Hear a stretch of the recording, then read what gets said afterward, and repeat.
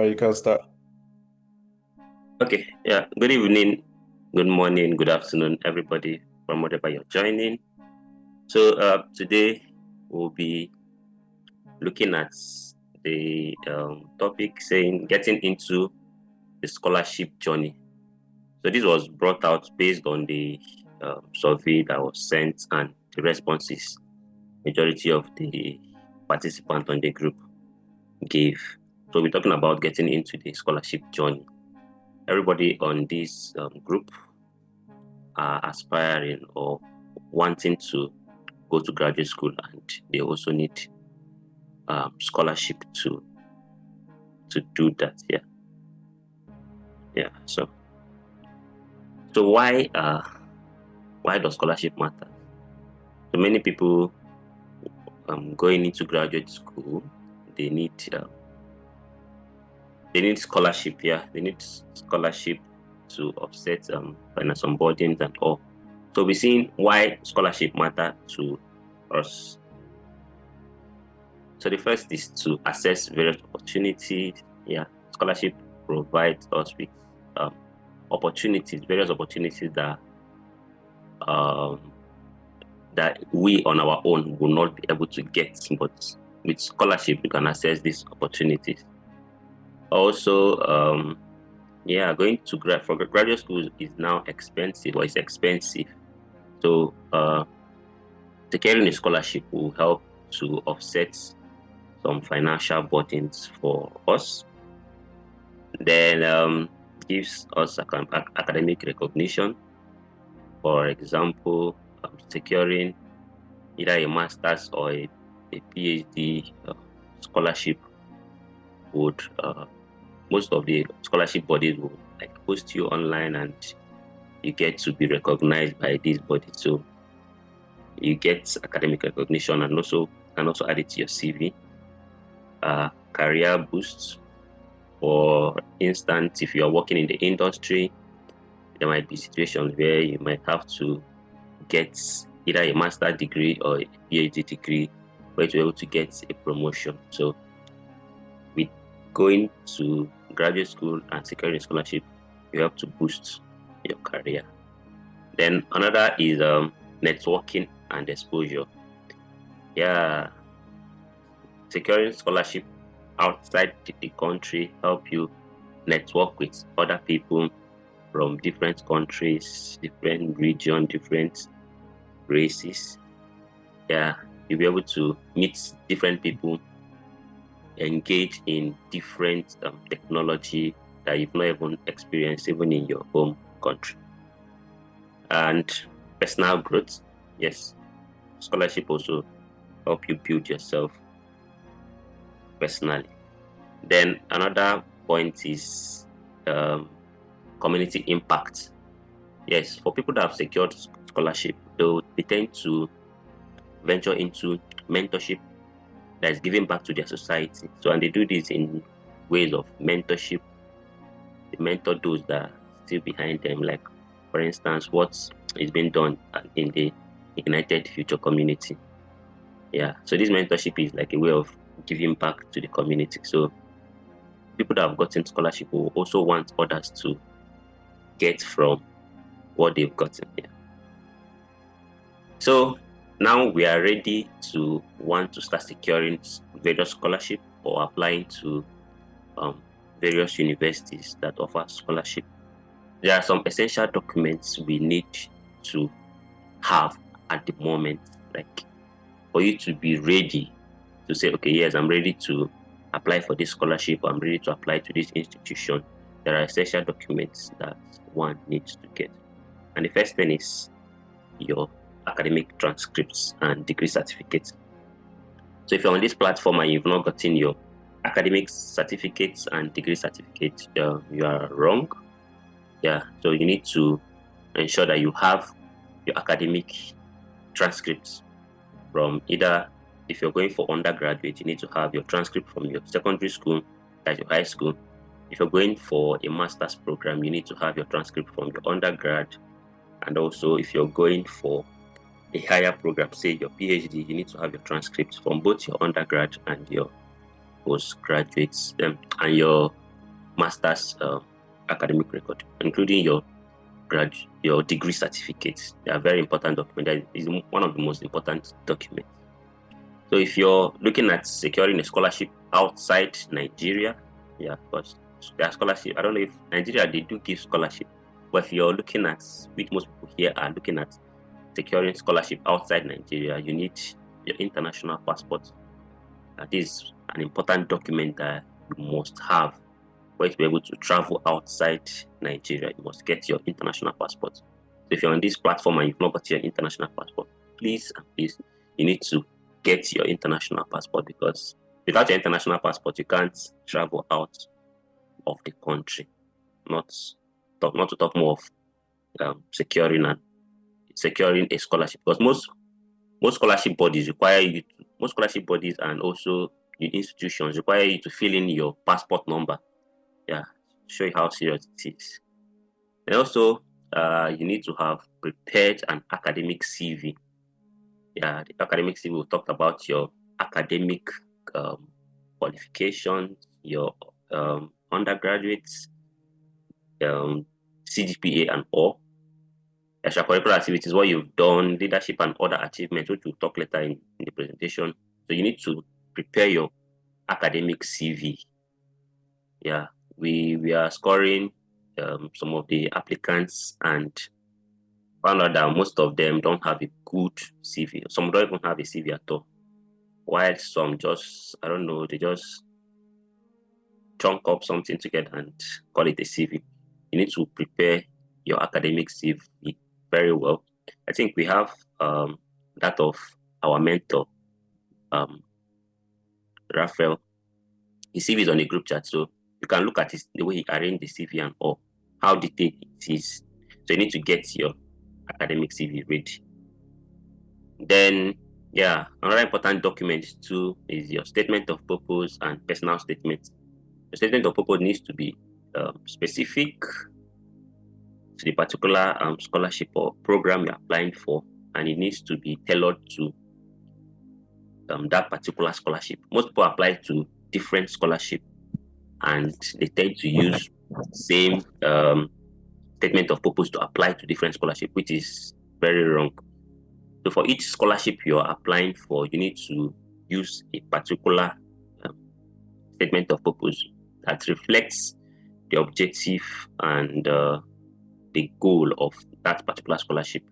It has to be tailored to that particular scholarship, and it must be well written. You have to take your time to reflect and put down something. It shouldn't be generic, it shouldn't be AI generated.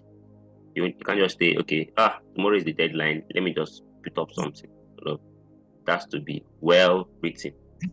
Critical thinking, you have to reflect on, okay, the scholarship I'm applying for, how will it affect me and all that, and how am I prepared? You have to pen them down in your statement of purpose and personal statements. Then another documents are looking for recommenders. Get your recommenders ready. Talk to your former lecturers, professors, project supervisors, and all. Yeah, so without recommendation, I don't think you'll be able to secure either an admission or a scholarship. Yeah, because most scholarship bodies, if not all, require you to submit at least 2 to 3 letters of recommendation. Yeah. Then another is you need to start gathering for those that are into research during their undergraduate or masters. If you have published any paper whatsoever, you need to, you can use them to apply for scholarships. Yeah, conference attendance, poster abstracts, and all. You can clean them up and use them to apply for scholarship. Or it's actually optional. Yeah, why I say it's optional because most of the paper you might have might not be tailored to the particular scholarship you're applying for. So instead of shooting yourself on the foot by using them, though you might say those skills are transferable, but most scholarships are looking for specific to what they are looking for. So if your research paper is not tailored to the aim of the scholarship or the program you intend to apply for in the university. I won't advise you include the research paper though. Then standardized tests. This one is not really necessary. Yeah, but if the program you're applying for require you to have them, yeah, you can go ahead and take them. IELTS, TOEFL, Duolingo, and all.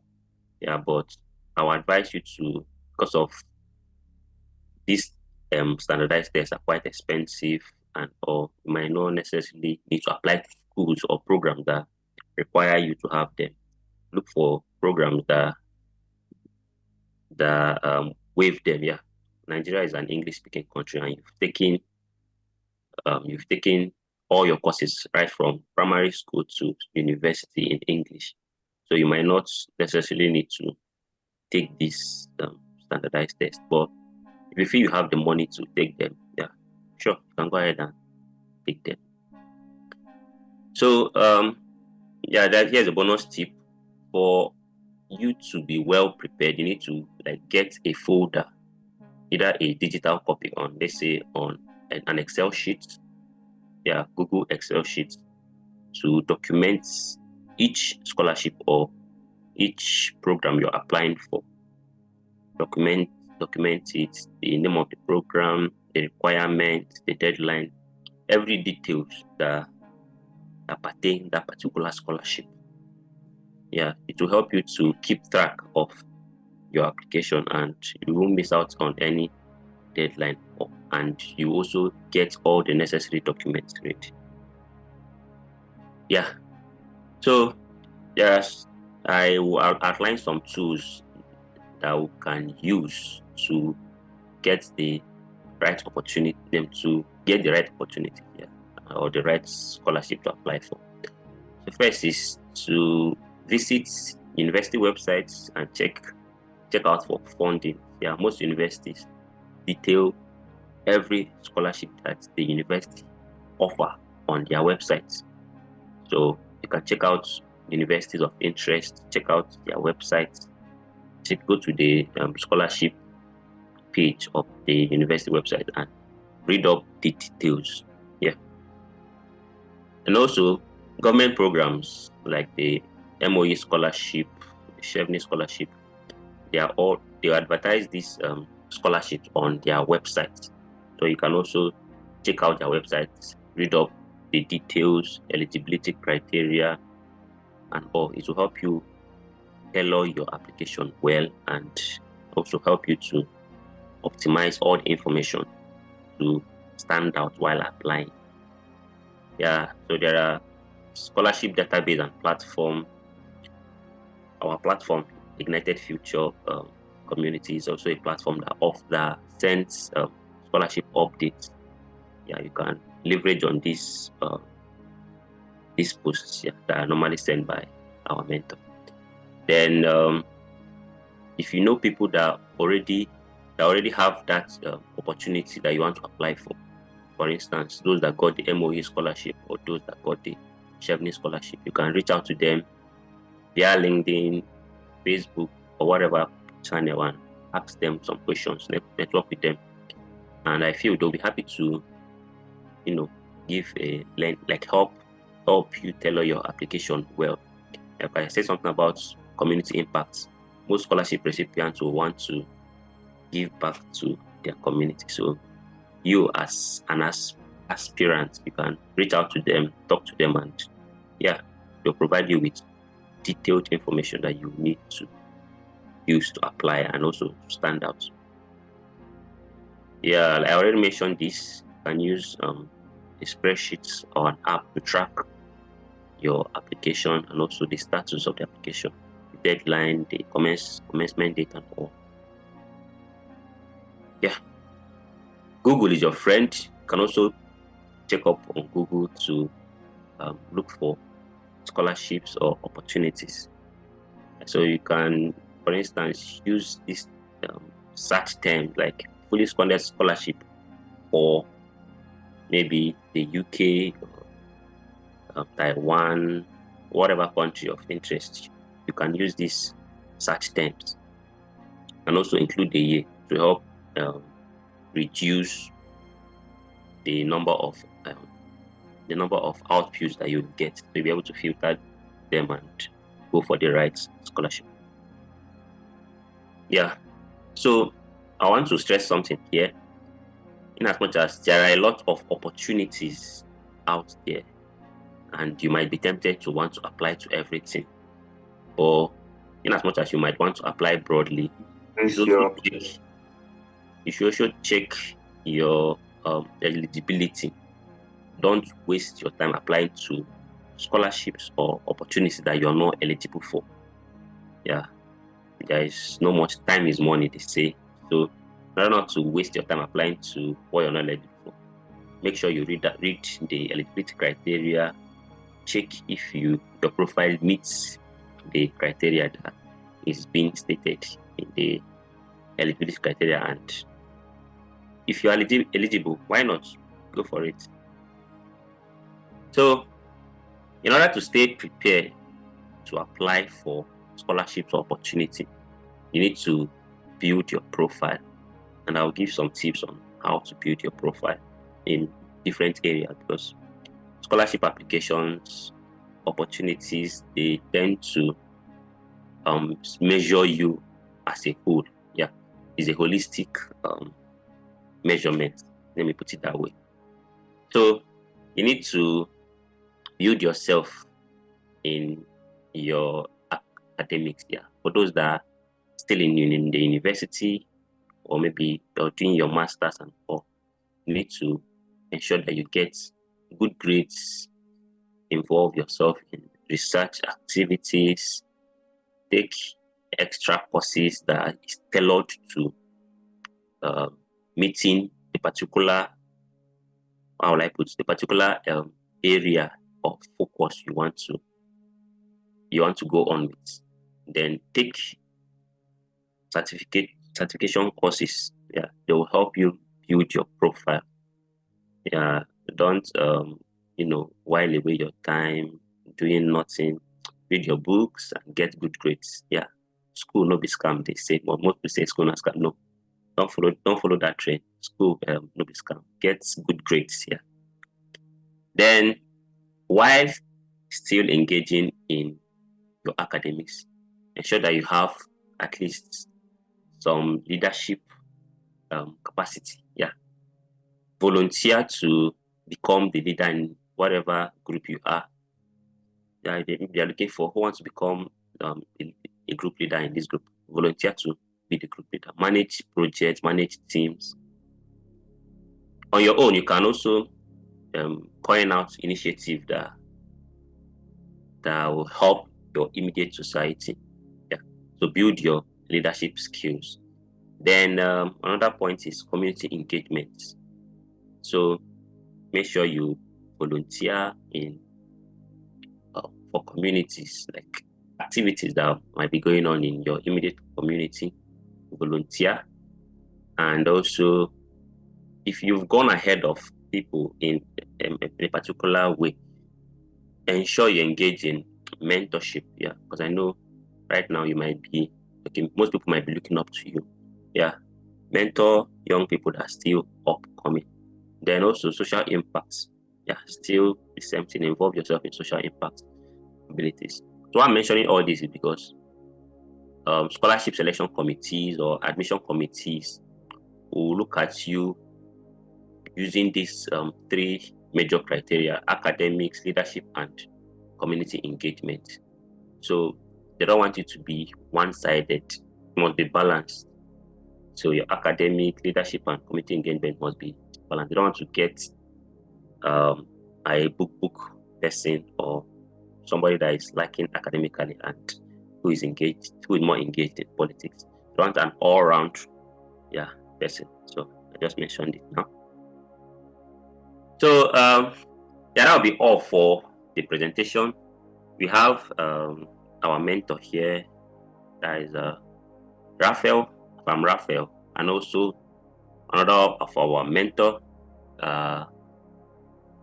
Kinsley, on this call. So we'll be discussing a little bit on some questions. I'll be popping up some questions, and they'll be giving their own personal experiences.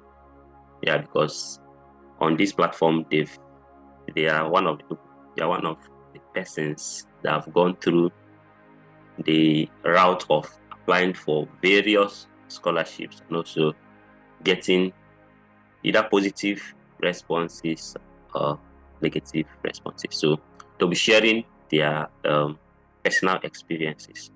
Yeah, so I'll invite them to unmute and we'll begin. Yeah. So Kingsley, are you on the call?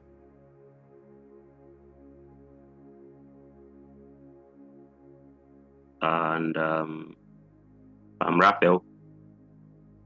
Yeah, I've asked him to unmute, so I hope he gets to see it. Okay. Okay. So I'll bring the first question. So I'll be answering. This question is: what was the biggest challenge you faced when starting your scholarship application journey, and how did you overcome it? So Kingsley will go first, then Raphael will go second. Yeah, so Kingsley can comment on this. Yeah. So I think for me, I'm trying to turn on my video. Okay. Change location. Sorry.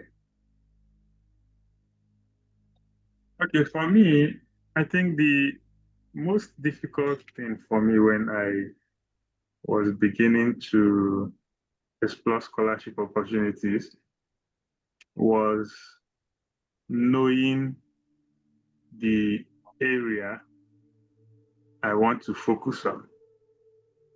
For instance, my background is pharmacy. Now, in pharmacy, there are various areas: pharmaceutical chemistry, drug delivery and pharmaceutics, clinical pharmacy, and so on and so forth. So my first challenge was, what do I really want to do? Of course, I did my project in pharmaceutics, but do I really want to focus in pharmaceutics? So it was a challenge because you cannot start to make applications without knowing where you want to focus or where you want to spend years of your life to study. So that time, if I see people, maybe people who are interested in chemistry, getting scholarship offers, I would want to begin to make applications to chemistry programs. If I see people in clinicals or public health getting admissions, I want to focus on public health. I remember I reached out to our mentor, Raphael. That time, I've not even started considering Taiwan. And I explained to him that my friends are getting chemistry PhD in the US. And me, I'm in pharmaceutics because of my project. And I'm trying to switch, but each time I want to switch, my profile does not suit chemistry. What I've done does not suit chemistry. And he now told me that I don't need to go to chemistry because people are getting chemistry. I need to focus on what really gives me joy or what I really want to do. That it's not about getting the admissions, it's about sustaining or being able to complete your program when you get in there. Now, if I don't like chemistry, and because others are getting chemistry, I now get into chemistry. Now, I might not be able to complete the program because it's not what gives me joy. So I know it's the same thing with a whole lot of us who are still starting, because most of you want to do public health. Most of you want to do maybe environmental microbiology. Most of you want to do immunology. You don't really know where to focus. So my advice is that to overcome this initial confusion, you need to decide what you want to do and which aspect of your department you want to reside in, and then build your profile to suit that place. Because right now you don't have, maybe at the beginning there's no profile whatsoever. But then if you choose a target place and then build a focus and build your CV, build your profile around that area, it will give you an edge while applying. So I don't want to talk about information, issues like getting access to information, because all of you are now in a group where you have access to mentorship and information. It was also a very big issue for me, but that one has been solved for you to be here. So I think that's what I want to share. Yeah, thank you so much for sharing. I also had that problem while I was trying to know where to go to. Yeah, so Raphael, you can say something. Okay. Thank you, guys. So, I mean, it's always very good to have conversations with you and also sharing experiences and everything, because I know it goes a long way. Starting from the fact that I never had this platform where I could talk about these things, where people can share their experiences and where people can have good mentorship. I never really had that. So that was one of my challenges. So, but the major challenge I had when I was searching for scholarship was it's more like, aside from the fact that I never had somebody who can mentor me, I didn't have, how would I even put this? I didn't have the focus, like I already knew what I want to do, but the question is, where do I go? So that was one of my challenge. Where do I go? Because then, just like every one of you, my interest had always been, you know what?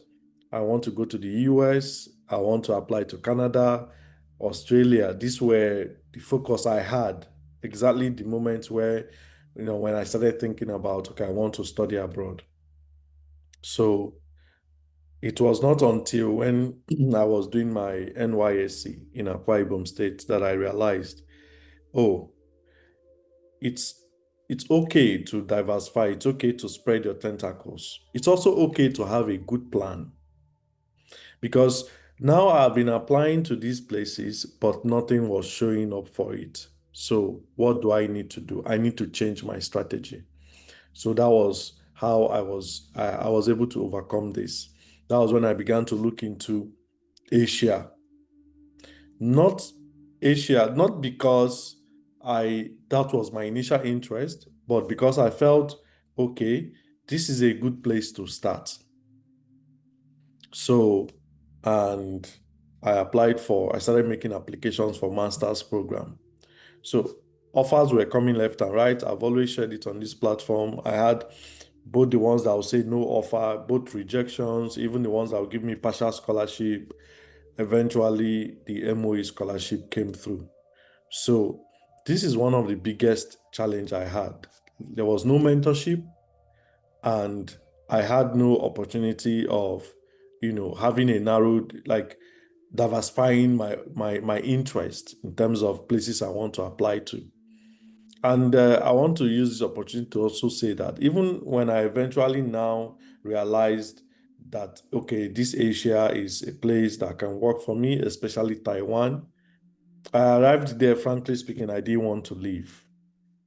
So, but of course, there are so many reasons to different actions people take. But yeah, this was my biggest challenge. Lack of mentorship, and that is why I got very inspired and motivated to start what we are doing right now.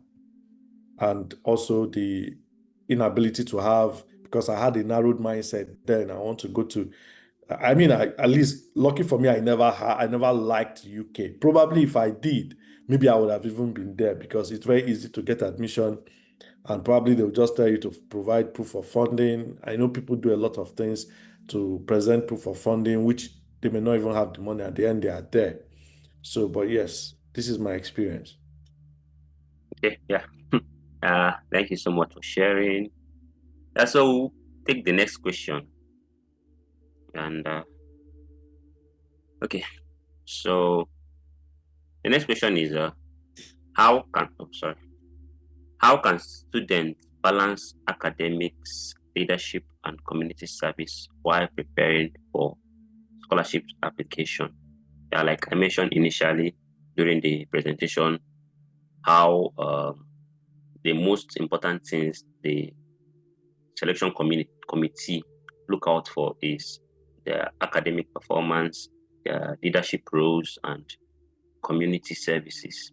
So how do you think students, or even not students per se, because most persons on the platform are already graduates from the university.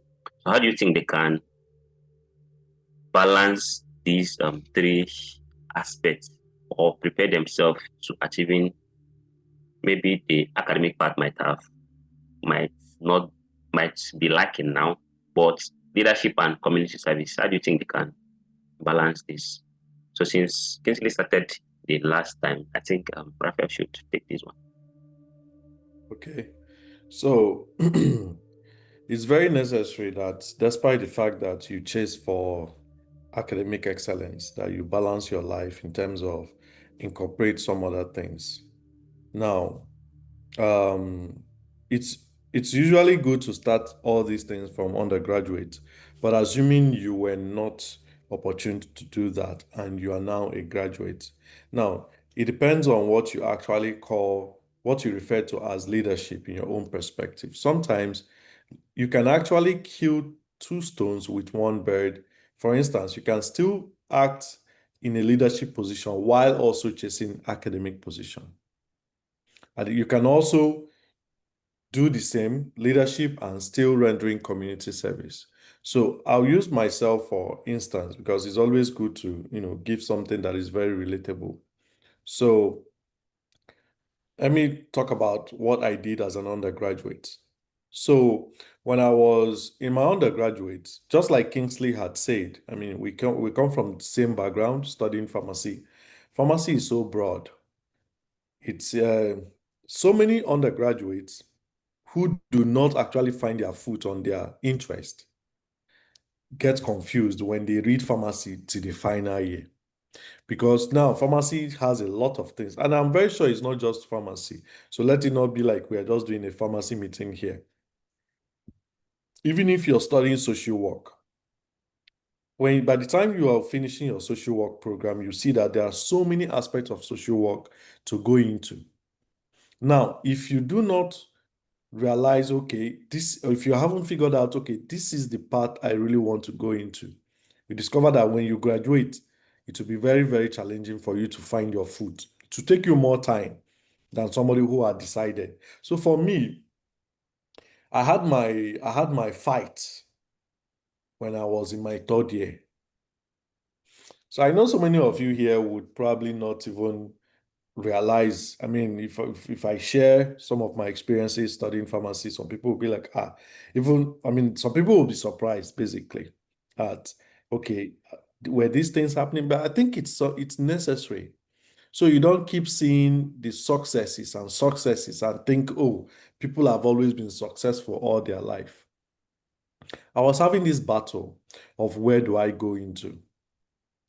So I met some of the lecturers. Some of you here would know Dr. Collins. Then we had one, Dr. Nwabunike. I don't know if she's still in Nigeria. I think she left.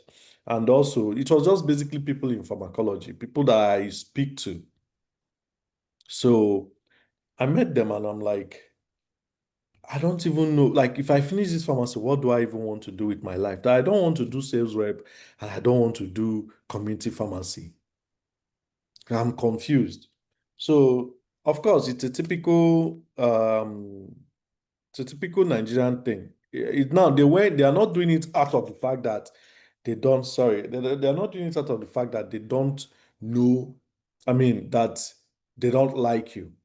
But they are doing it out of the fact that they don't want you to lose focus. So what they told me was finish pharmacy first.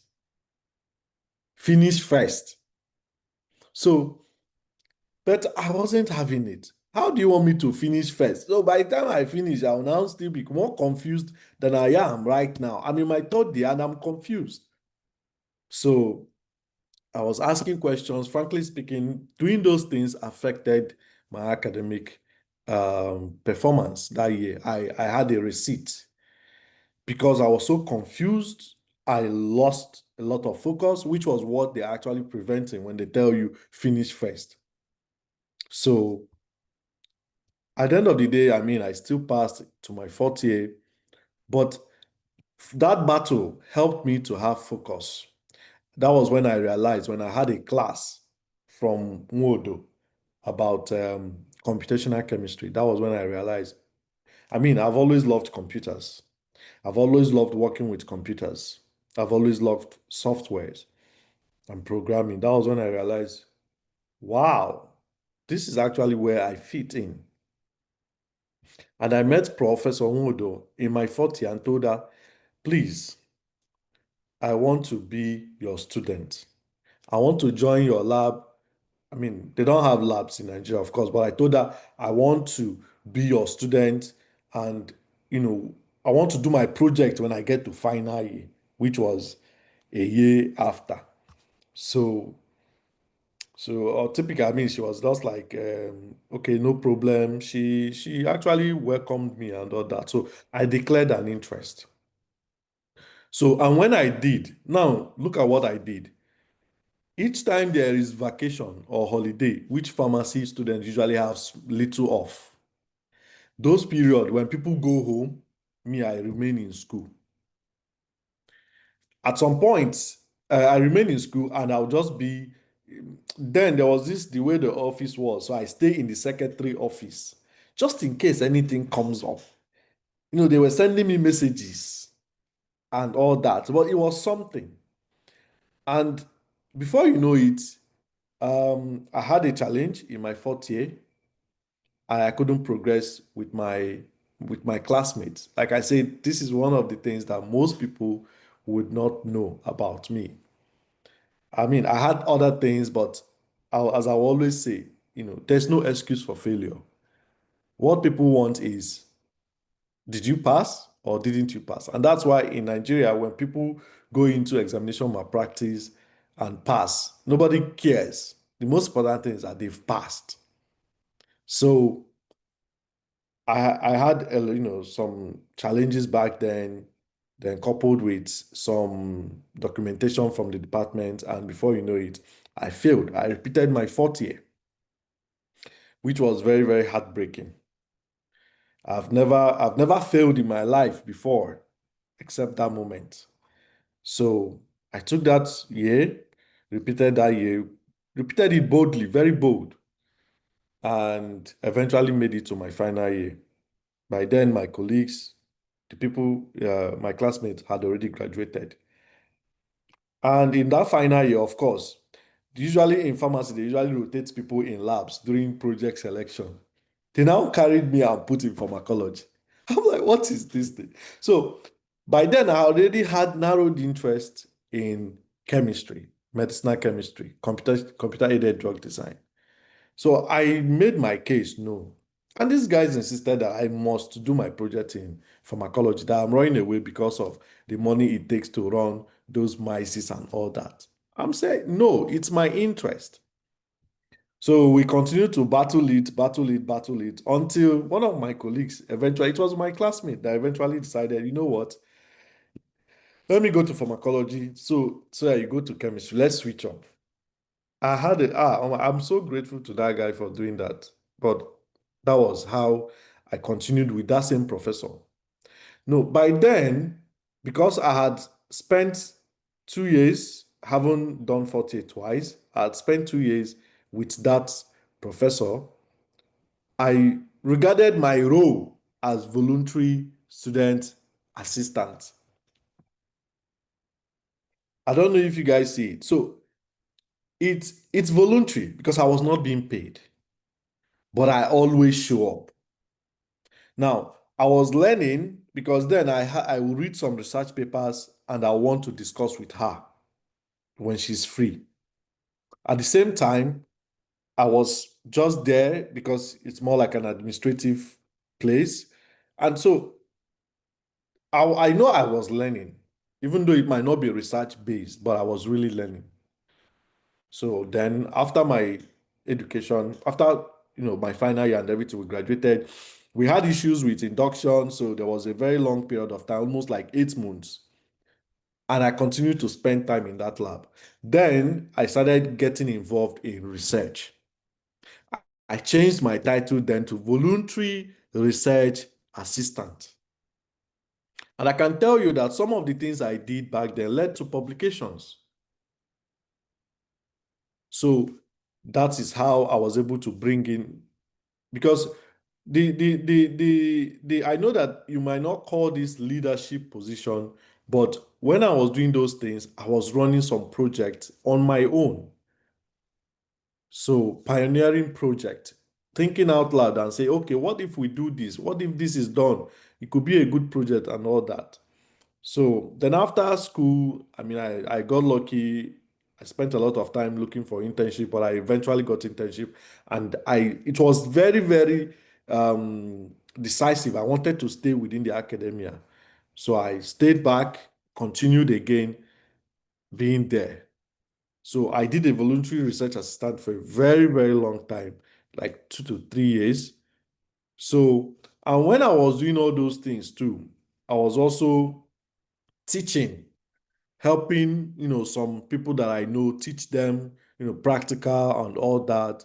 So handling those things. Then, I mean, I was not, I know the friends I have back then, some of them used to do some of these community services in churches.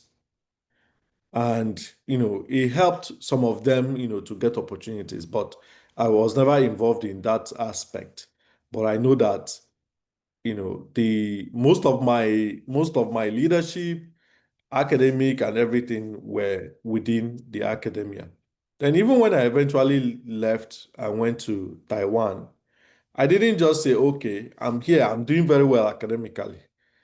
I focused also on leadership, where I got myself involved and I became the president of the International Student Association. So it's very important to incorporate leadership. That is a fact. It's also very, very important to, incorporate any other, like it's a good way to just balance your life. Right here at the University of Michigan, I don't know if it was in my second year. Yeah, early in my second year, I had been involved in two major leadership positions, and one in the student union government for graduate school, and also one other one from another program from Rackham. So it's very important. But this is what I did in my undergraduate. And like I said, my own story is different because I had always pushed myself to be within that academic environment, knowing that this is what I want, and I know that this is going to take me far. So maybe Kingsley's exposure might be different, and when you hear from him, you get to know how he was able to balance these things. Thank you. Yeah. Okay, Kingsley, you can go ahead. What a story. So, in my case, like I mentioned earlier, as at graduation, I did not even know I was going to pursue graduate studies. So I just like almost everybody, I just graduated and was looking forward to practicing as a pharmacist. So I only got interested in graduate study when my classmates and friends started getting admissions into programs outside the country. So it was during my internship that I actually decided that I would pursue graduate studies. And what I did was to look up information and follow as many handles as I could follow on Twitter. And then I got to know what it takes to have a scholarship profile. And that profile includes both academics, leadership, and community service. So because I had graduated, there was nothing much I could do about academics. I had already graduated, right? So the only thing I could do was to get my transcript and all that. But then a very important aspect was having a research profile. And this research profile is evident through publications. It's publications are the parameters you can use to say, oh, I did this and I did that. So if you did it and you publish it, then there's an evidence. So because I did not do any research other than my final year project, I had to reach out to my project supervisor. So I remember I sent her a message that this is Kingsley. I am interested in pursuing graduate studies, and I would want us to publish my research with you. And I would also want to be involved in any other projects in your lab, even though I am not in Osaka, but I can write reviews,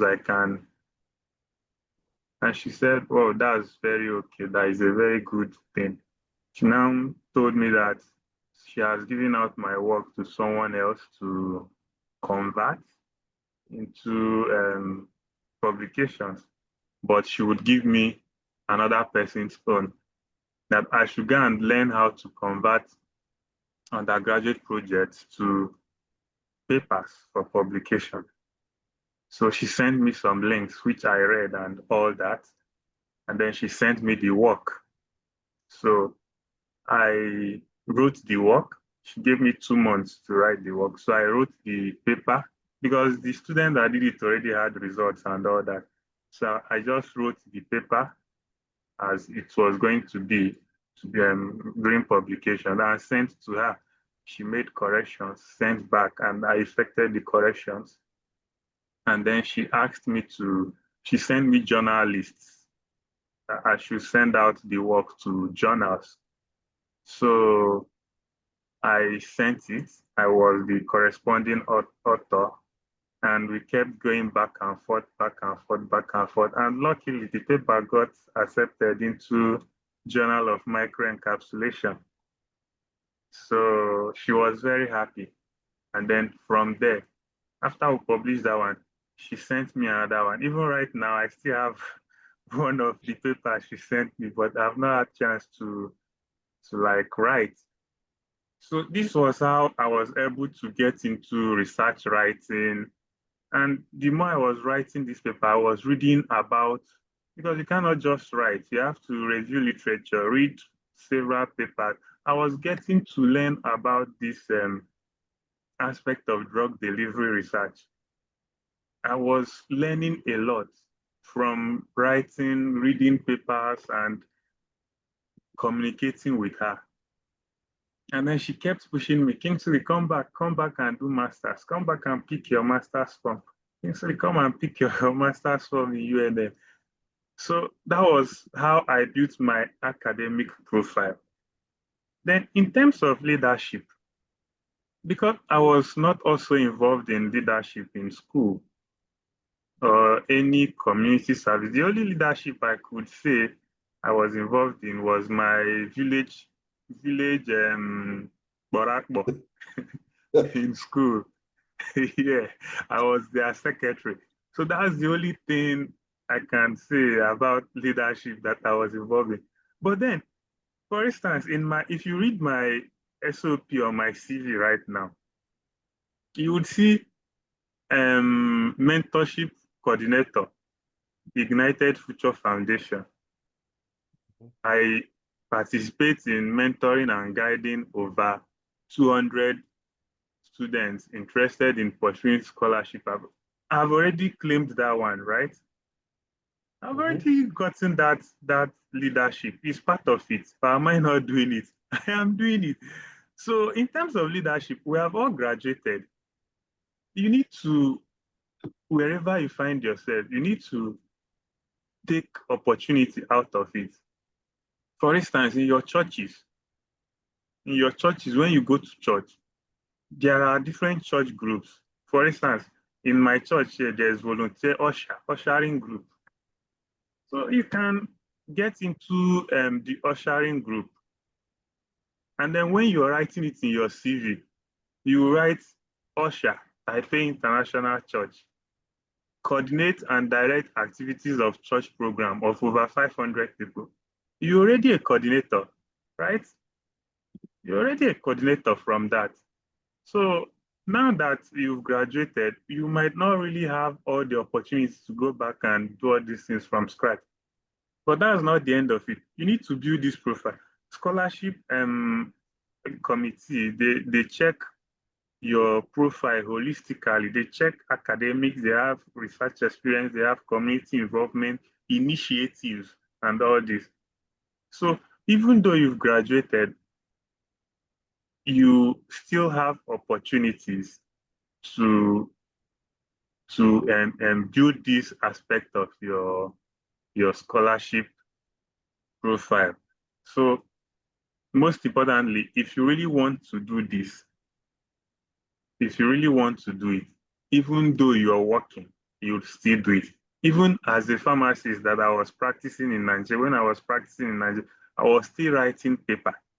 And some of my customers that are regular in the pharmacy store will always tell me, this thing you're writing every day, we pray that it will help you, it will make you better tomorrow. We pray that you blow with this thing. Because every time when they come, I'm on my laptop and I'm writing, I'm reading. So I was in the store doing all these things. So I don't think there's any limitation you have if you really want to do it. The other day, I was trying to do a review for one of my work, and I was checking natural products for cancer therapy. And I saw a paper from Nigeria. And I was looking at the corresponding author. I think I saw Chukwuemeka Nwachu. I saw that it was Chukwuemeka's paper. I saw it. Yeah, I was like, let me even look at what this guy is writing or what he wrote. You see, so it means he said building his. I'm sure that paper he did not do it as an undergraduate. So he's taking opportunities. So the first thing is knowing what you want to do, and then taking opportunities out of everything. So I think that is how you can balance academic leadership and community service while preparing for scholarship. Yeah, thank you so much, Raphael and Kingsley, for sharing. I'd love to chip in one or two things. So for me, when I was as of last year, I was trying to see how my profile, for instance, as with pharmacy background, I was trying to look at how my profile will fit into a cancer biology, cancer research profile, because right from undergraduate, I did my research, or I did my undergraduate research in clinical pharmacy, though I did a little bit of qualitative study on breast cancer patients. But right immediately after that, I joined the HIV research team. So basically, all my profile was about HIV. So it got me worried at some point, because I was saying, how will I transition from HIV research to cancer research?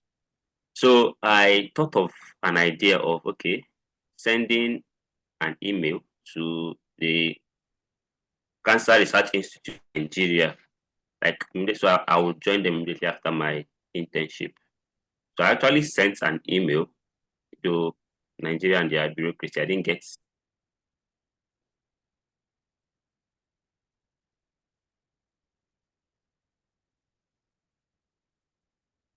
CC. I'm interested in cancer research, and I would like to be coming.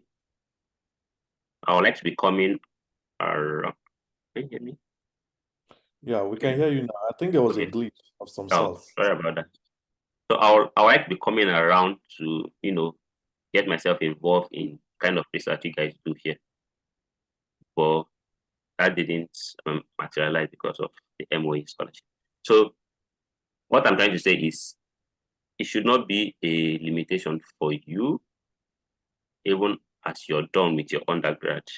You can look out places around you where you can volunteer.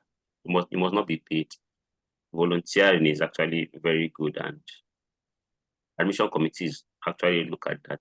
Maybe you can just go once in a week, twice in a week, spend an hour, 2 hour volunteering and learning something, involving yourself in community service.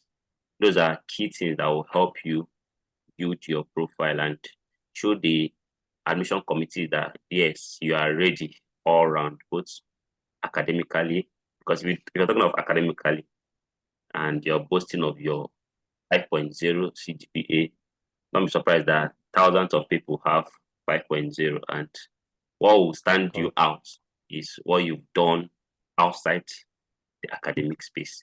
Yeah. Thank you for sharing your insights. So we'll move to the next question. Yeah, before you move to the next question, you said something that was very striking. Um, about the fact that, okay, many people, for instance, when I did my master's in Taiwan, I graduated with a 4.0 over 4.0 CGPA. Top of my class, top of the MOE scholars, everything.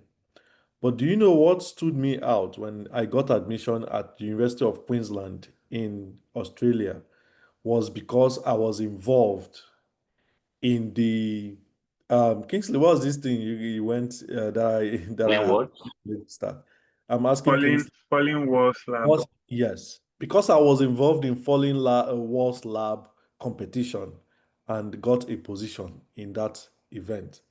That was it. Immediately the woman saw, oh, you participated in Falling Walls Lab? I said yes. That was a striking thing for her. It wasn't because I had good CGPA. It was not even because of my publications. It was because of Falling Walls Lab. So I just wanted to like hint on some of the things that you might think is not necessary might be different people what they are looking for. So that's why it's good for you to get as many things into your profile as possible. Okay. Yeah. Thank you so much. So the next question, and the next question is, what strategies work best for finding and applying for the right scholarship? There are a lot of scholarship um, openings out there, and most times it might be overwhelming for us to look at the scholarship, the eligibility criteria, what is entailed, how do people get in and all.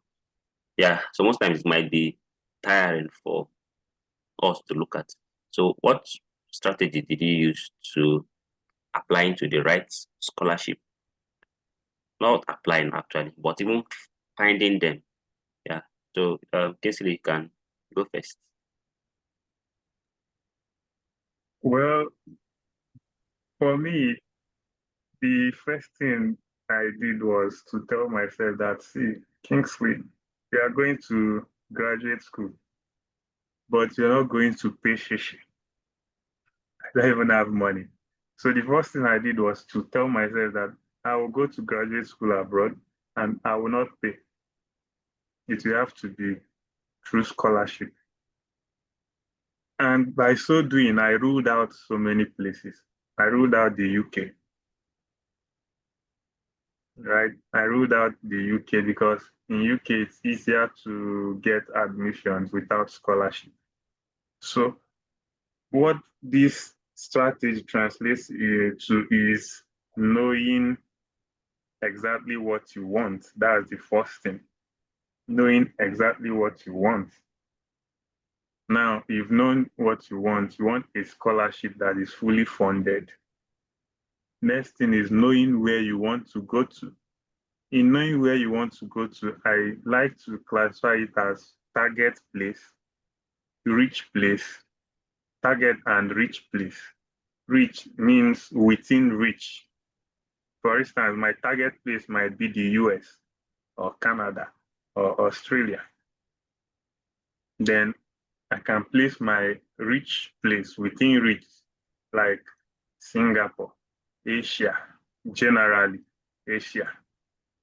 Now, if you have this strategy, when you're making your application, you will not only be applying to US school, you apply to US and those countries you feel are within your reach.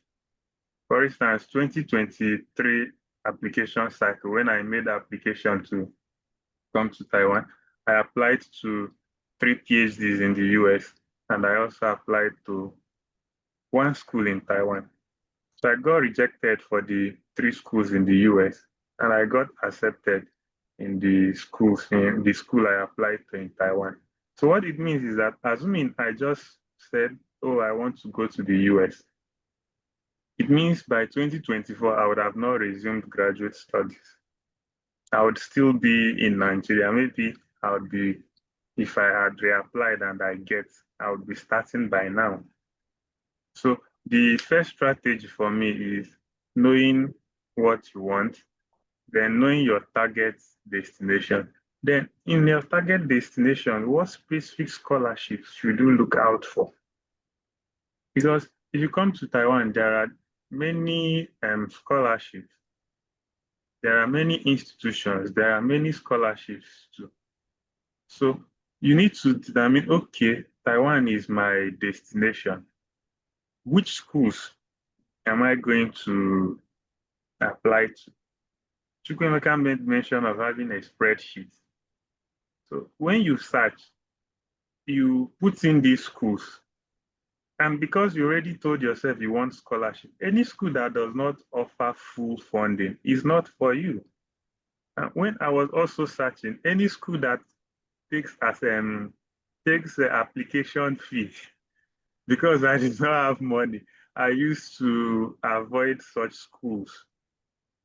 So I classified the schools in terms of funding and eligibility. Some schools require GRE in Taiwan. Yes, some schools will say they need your GRE score. Some schools require language proficiency. Because I don't want to write, I avoid such schools. Now, if your target is in the US, it's not even enough to only find schools in the US. You have to find specific labs that are doing the research you are interested in, right? All these things are overwhelming and it takes time. And another thing that worked for me, someone advised me, stop listening to everybody. If you go to YouTube and you search scholarship in the US, you see more than 5,000 videos of different people claiming to be scholarship experts. You cannot exhaust all these materials. Sometimes it's not what this one is saying that the other one is saying. Everybody is coming up with their own advice and claiming to be scholarship experts. So what I learned during that time was to look at one person who has gone through this path and it worked for him, taught 1 or 2 or 3 more people what he did and it worked for them.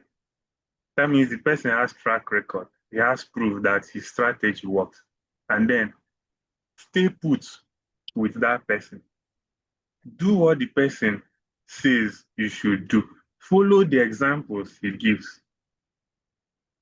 And then you see yourself from the wild opportunities, you begin to narrow it into a particular scholarship that fits your profile. And I remember the first meeting we had, I said, it's not all scholarship you apply to. For instance, the Chevening scholarship. You cannot go and apply to Chevening scholarship when you don't have proven track record of community involvement, community projects, community services. Proving. It's not just to mention. You know, you cannot apply for something like let's say Fulbright scholarship. when your CGPA is, for instance, 2.5/5. I mean, it's possible, but it is very difficult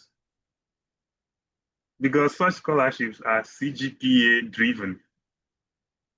So for you to begin to apply, you need to assess your profile. That's another strategy. Assess your profile. Know where you stand now and know where you can lift yourself maybe in 1 year before you begin to apply. You cannot go and start up. You cannot be over ambitious. It's good to be ambitious, but you cannot be over ambitious. If you know that it is so scholarship that suits your profile, go for that one that suits your profile. And then the last thing I think I should mention is that don't limit, I have said it before, don't limit yourself to a particular place. You can start from anywhere. Even if it is a scholarship in Ghana, you can start from there. Even if it is a scholarship in South Africa, you can start from there. But when you say, I saw one post on Instagram where one guy was saying that 3 years ago, his friend and him, two of his friends with him, had plans to relocate to Canada. That his friend had the money and went through the express entry route, and that him and his other friend did not have the money and decided to go to UK first. They decided to go to UK first, and that their other friend that had money refused, that he doesn't want to go to UK. That if it is not Canada, he's not going to go anywhere. Fast forward it till today. Those two other guys that went to UK have moved from UK to Canada as permanent residents, while the one that had money that refused to move is still in Nigeria collecting shege from Tinubu. In fact, very soon, 23%. Why is the line break? I don't know. Did he disconnect? Yeah, I think his network went off. Because I know it's been having challenges. It's back. I got disconnected. You're welcome. You're back. You're back. Okay. So that is, I saw that and I laughed. So the guy that had money is still in Nigeria, and that is money. Let's say he has 50 million in his account. By January, Tinubu will collect 23%. With the new. So you can start from somewhere. That's what I'm trying to drive at. You can start from any place. You don't have to be rigid with your, oh, I want to go to UK, oh, I want to go to US, oh, I want to. So these are the few things that I think that works for me. And the most important thing is having a mentor that has gone through the path. In fact, that's the thing that worked for me, because I was facing rejection until I met Raf, connected with Raf. And since then, it has been so smooth and easy for me. Yeah. Yeah. Thank you so much for sharing. Okay, so Raf. Okay. So Kingsley had really said a lot of things that I would have said. So thank you, Kingsley, for sharing your experience on what worked best for you. So for me, when it comes to finding and applying for the right scholarship, like I said, Kingsley, I've said some of them. Number one, I have so much hatred when it comes to writing English proficiency. I don't know if it's just me, but I have so much hatred. Like, I know if I take the test that probably I would not fail. So let me not say because I have not taken the test ever. So probably I would not fail. I mean, I've communicated in English all my life, but I hate that. Secondly, I come from a background similar to that of Kingsley. I don't get money. Who is going to help me pay for all these exams? The GRE. I mean, if you have the money I always say, if you have the money and you can take these exams, please take them. But if you don't, and you're coming from a background such as myself or Kingsley, don't stress yourself. Now, if you're going to a place like Canada, I know that they are relaxing some of their rules now when it comes to English proficiency, but as at when I was looking for graduate school, they will make it a must. Then a place like US, even though they might not make GRE a must, they will say, okay, if you have, give us. They make it optional. But if somebody gives out a GRE and that person did extremely well, and you apply and you did not do well, who do you think they are going to take? They will take the person with GRE. So these things were limitations for me at that time. And remember, I also said, then I was looking for those, I'll look for places that will not ask for English proficiency. I'll apply in the US. I'll apply in Canada, all those kind of things. But I didn't know that I didn't even stand a chance. The reason being, there are people who write IELTS and TOEFL and who write GRE, applying to the same program I am applying to. So where do I need to be among those who they will say is a challenging candidate? Right? That was when I started looking into Asia. And when I say Asia, it's not just Taiwan. Taiwan actually was one of the least places I later found towards the end. Where I was applying was China, Thailand, Japan, even Turkey. I was even applying to Turkey. Just South Korea. These are places I was pursuing. It is because I started looking into Asia in the first place that eventually I now saw Taiwan. I now looked at schools in Taiwan, started looking at so many profiles. And then I saw how these people have moved so far when it comes to science. The kind of research. I mean, I think Chukwemeka once shared his experience. The same thing. The way they are studying cancer in Taiwan, you think that they are suffering from cancer, but they rarely suffer from cancer.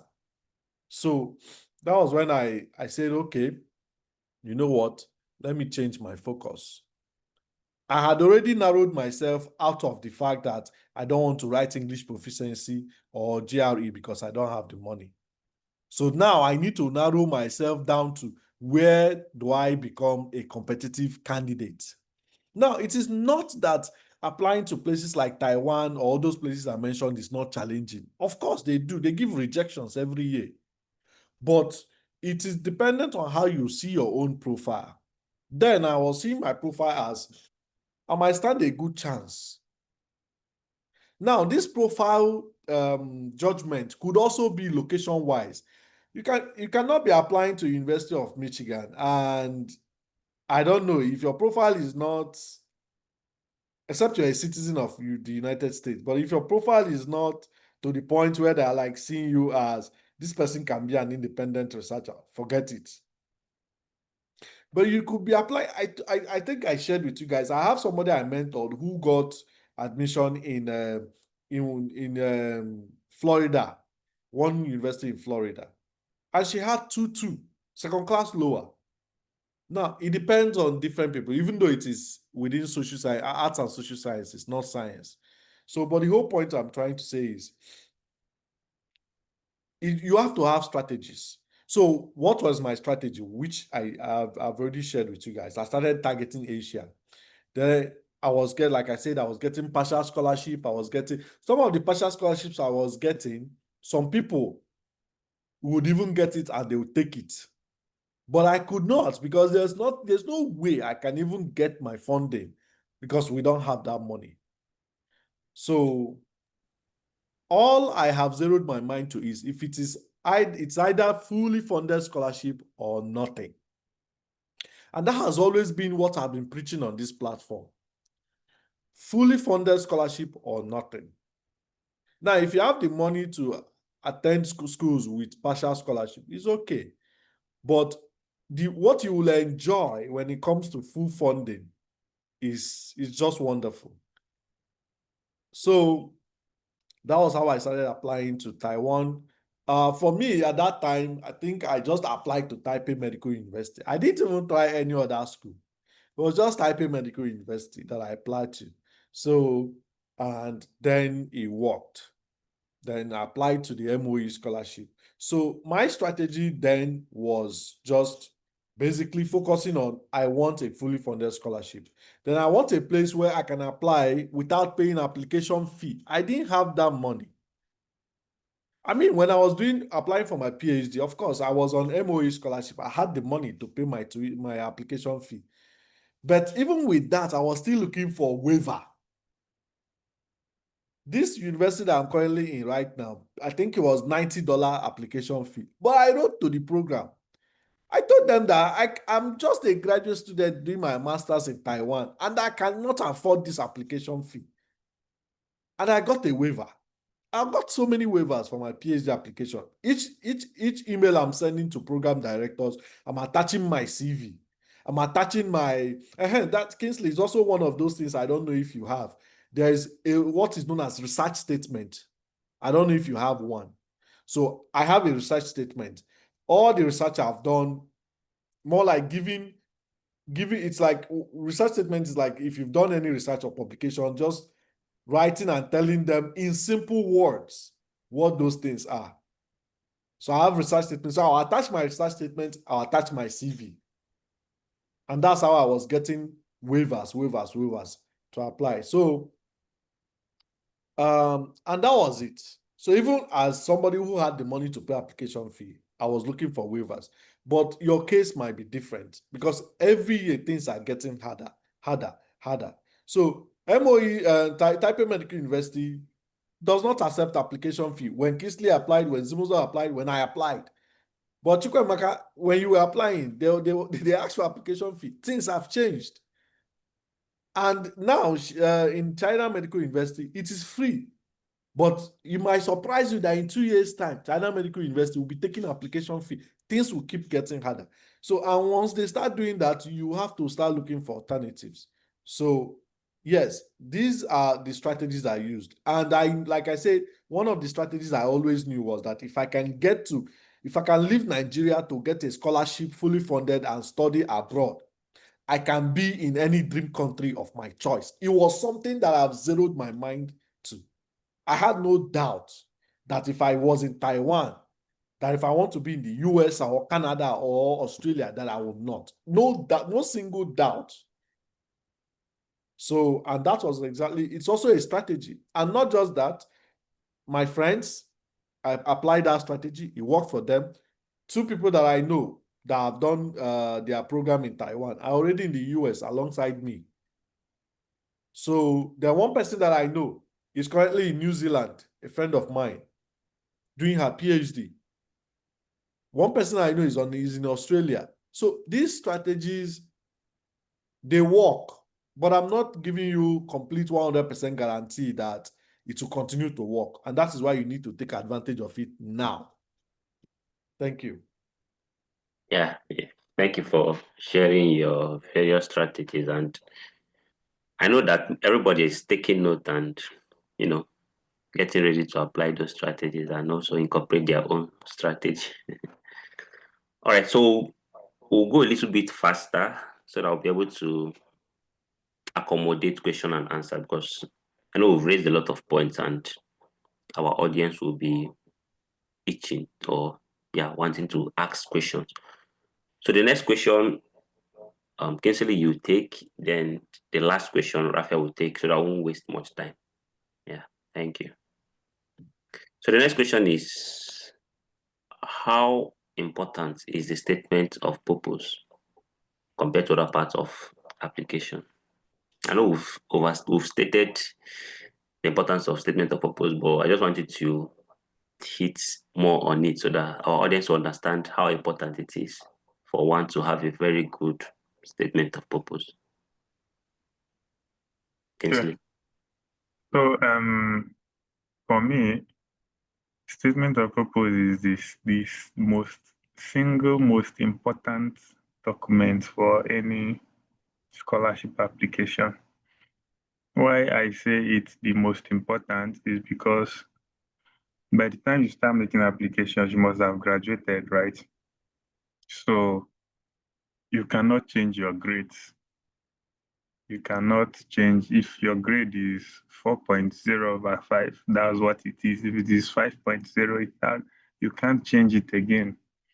But the only thing you can change is how you describe your experience and your interest in your statement of purpose. And that is the scholarship committee, they do not know you, they have never met you.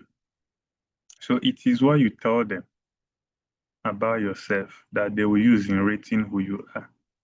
Even if your CGPA is low and you are able to make a case for it in your statement of purpose, it will work.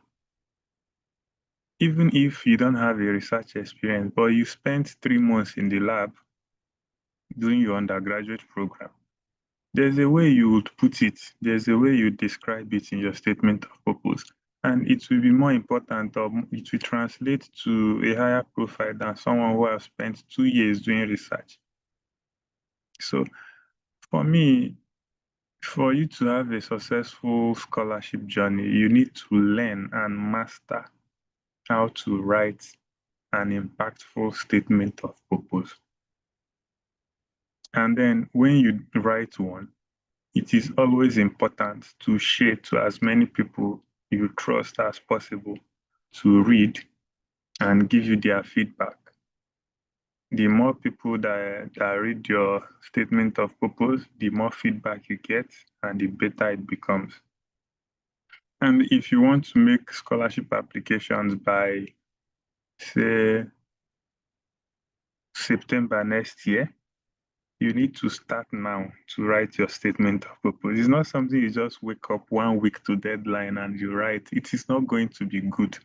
If you start it 6 months, 1 year ahead, even in your dream, you might remember something, you put it down. It is overwhelming. Even as I am like this, I've written statements of purpose more than 100 times. But still, if you ask me to write a statement of purpose, it is the most difficult thing for me to write. It is the most difficult thing because you keep writing and rewriting and writing. It is not something AI will write for you. If AI writes statement of purpose for you, we would know. Your applications, a lot of you used AI. We knew. If you just read an AI written statement of purpose, you would know that this is AI written. So statement of purpose, very important. Very, very, it is the most important thing aside your grades. So that's what I think. Yeah, thank you so much. Most people spend 1 year, 6 months trying to reflect and put down about 1,000 words statement of purpose. So that's how important it is. Thank you so much for sharing. So we'll take the last question and Raphael will answer that. But before then, you can start preparing your questions to ask, like writing them down so that immediately after Raphael is done answering the last question, then we'll move into question and answer. Yeah, thank you. So this question is very important here because most people in terms of applying for scholarships and all, they face multiple rejections, even if it's not scholarship, like various opportunities they might be applying for. They tend to face rejections one way or the other and all, and this rejection might tend to discourage them to keep applying. So what advice would you give to someone who has faced multiple rejection but still want to keep applying?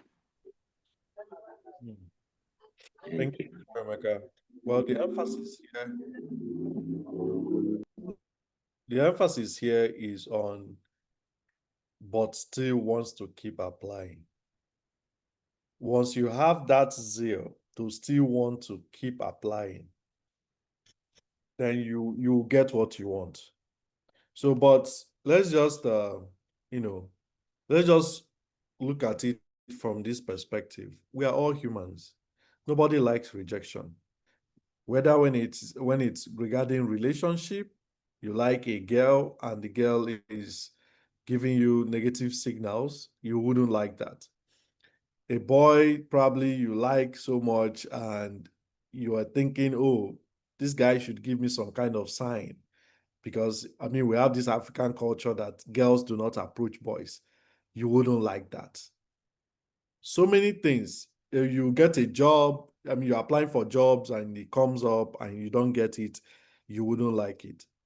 But what will differentiate you from that person who will end up getting that admission is, did you stop or did you continue? I've said it here so many times. When I started applying, rejections were coming. Rejections were coming. Of course, sometimes you feel pain. You're like, am I the only person? Is it that I'm not smart? Is it that I'm not intelligent? Sometimes it's not you. You also need to understand that you might even have everything complete, but at the end of the day, what you have may not be what those people are looking for. It's also a perspective that you need to look into sometimes. When you get rejections and you think your CV or your documents are so good, or it might be that, okay, they have maybe so many applicants. Like in my program, my PhD program, we had over two 200 applicants for PhD medicinal chemistry, University of Michigan. And they invited about 40 for interviews. And we were less than 20 that were given admission. In fact, my cohort appears to be the highest they've ever taken in terms of admission. So now they might have, so many people might apply, but the first 10 people might be the only people they need because of their funding consideration. Not that if you use that, that's why you apply to so many places, so that you can fall into a place where you are a very competitive candidate. But if you focus your application on one place, you narrow yourself down. What if you're not a competitive candidate there? So my advice to you that is facing multiple rejection is to keep applying. Don't relent. Because if you relent, you would not be able to give that testimony. It's just like Kingsley shared something about one of their colleagues. Apply to UK, apply to UK. You have the money. Why not? You say it must be Canada. It has been years, yet you have not gotten that Canada. Then the people who have gone to UK have gone ahead to go to Canada. So these things, though they are strategic, but you should know when you should be able to, say, this place, you have given me so many rejections, let me try the other place. So if you're facing multiple rejection, please strategize. Strategize. If you're facing so many rejections, then you need to understand that probably the places you're applying to, that you're not standing a good competitive candidate. So you need to diversify. So, like I said, the emphasis lies on still wants to keep applying.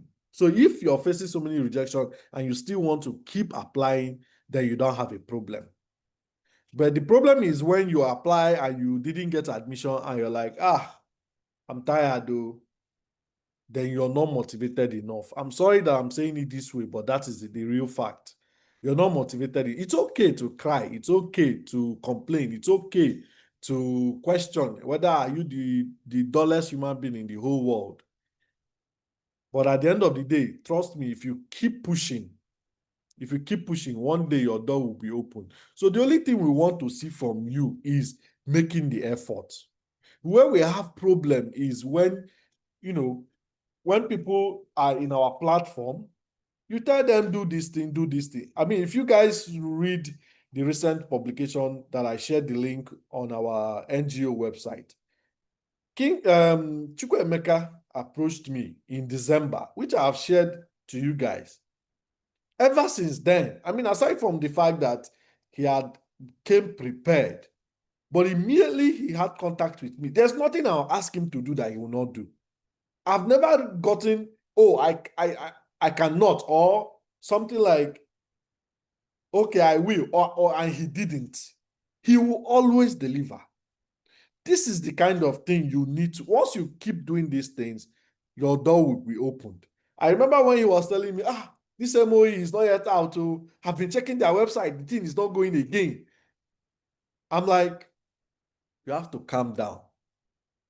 As long as they have not said, okay, they have not offered scholarship, or it is not yet time for you to start your program, just keep calm.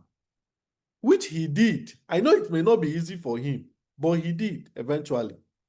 And these things came out. So the point there is that we have a reason for having this platform.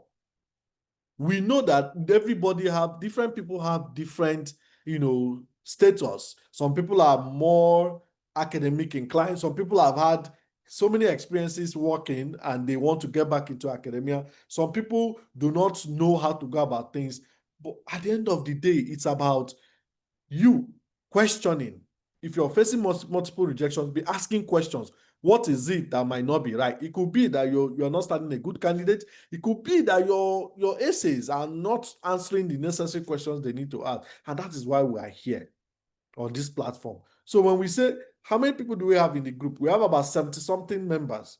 Out of the 70-something members, let's say most people who have been able to travel from our platform, there are less than 10 that are in this platform. I know some people are not on our platform, people that we have mentored or people that have mentored in the past. But we are about 76 now. We took about how many new members? But we are only, I know we got to at some point 31, which was the max we got members. But we are 25 now. As if what we are discussing does not make sense. But you're in a platform for mentorship.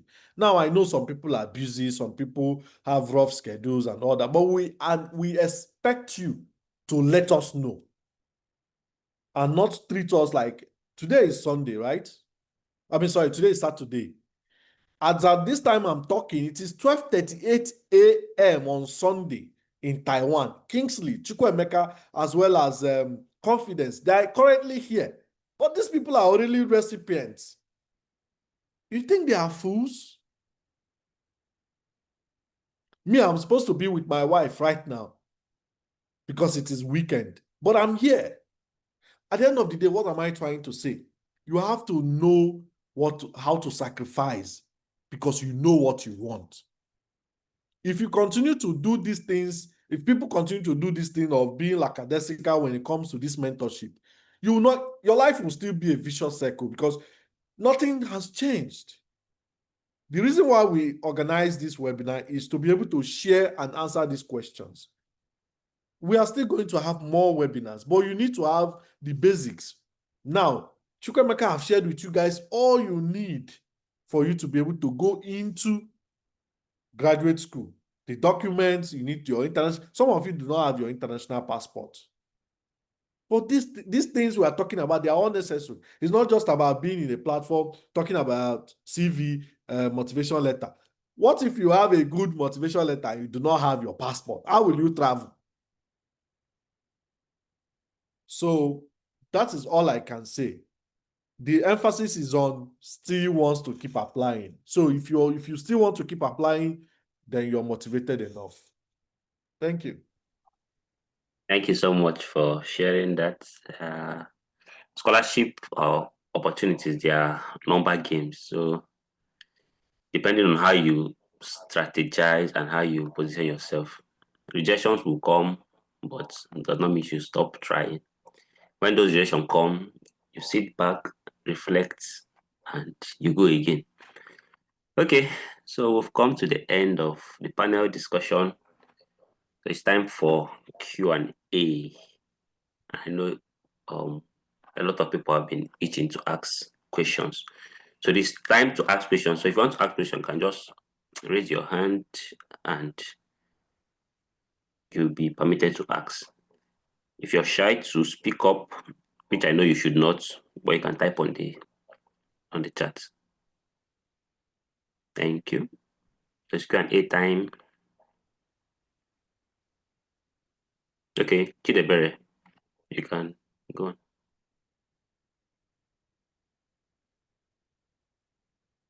Chidebere, unmute Hello. yourself and ask. Good evening, everyone. Thank you, Mr. Raphael, Chukwemeka, and Kingsley for the clarity you gave us in the training. Thank you all. So my question is you made mention about secondary school transcripts, the high school transcript. I've not heard about it before. I don't know about it. I don't know if you can explain it better, like how to be able to get it or something like that. Okay. Are you an okay? You're applying for undergraduate. No, postgraduates. But Yeah, from the list, you made mention of undergraduate. high school. Yeah, high school is like secondary school. So if you're applying for undergraduate scholarship, you need your secondary school or high school transcripts for undergraduate applications. If you're applying for graduate program, you need your undergraduate transcripts. So like that. What she's asking for Yes. is how to get the transcript. Please, the transcript is just your WAEC certificate or Okay. your NECO certificate. It's not like in transcript like the undergraduate that you have to apply. You understand? Once you have your WAEC, that's your transcript. Thank you If- very much. all right. Again, I also need clarity. Most of the applications I've opened, I Yeah. noticed that you have to apply for scholarship somewhere else, like maybe all these fully funded scholarship, before applying to the school or something. So I think the whole method or the whole stuff is confusing for me. Where are you applying at? There's a school I opened. For Where? example, most Where? of the what's it called? Like the Fulbright, for example. They will tell you that you go to the school, apply or something like that. You're applying for those kind of scholarships like Chevening and Schoolbright and Fulbright. Or even if you're applying for something like, if you're applying for those ones, which is something we've been talking about, different places have different ways of, handling their scholarships, especially government scholarships. Now, those ones will ask you to make sure that you might have applied to one university before you can be able to apply for those opportunities. Some will tell you must have gotten an admission. So you have to present something showing that you have gotten an admission. In Taiwan, if you're applying for scholarships, all you need to present for MOE is that you have applied to this school. You don't need to tell them you have gotten admission.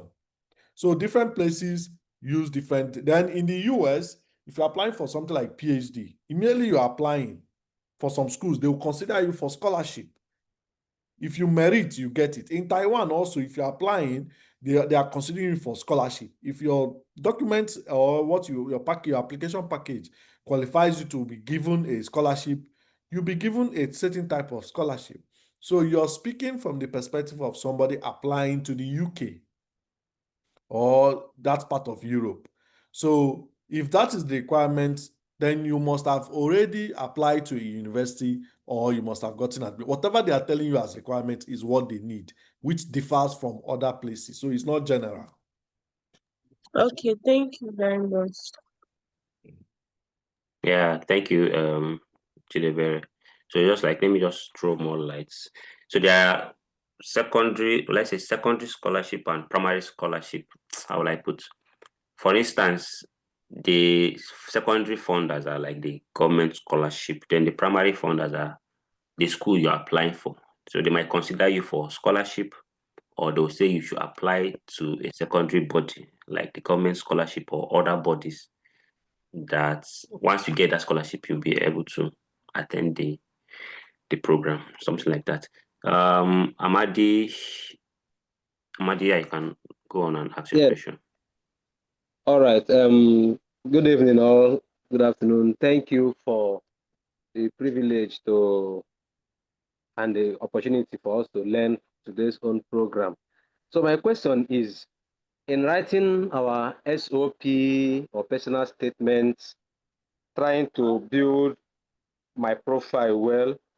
I don't have very strong academic base in the sense that I don't have research works and all that and certifications. But what if I played a role in community volunteering services and leadership?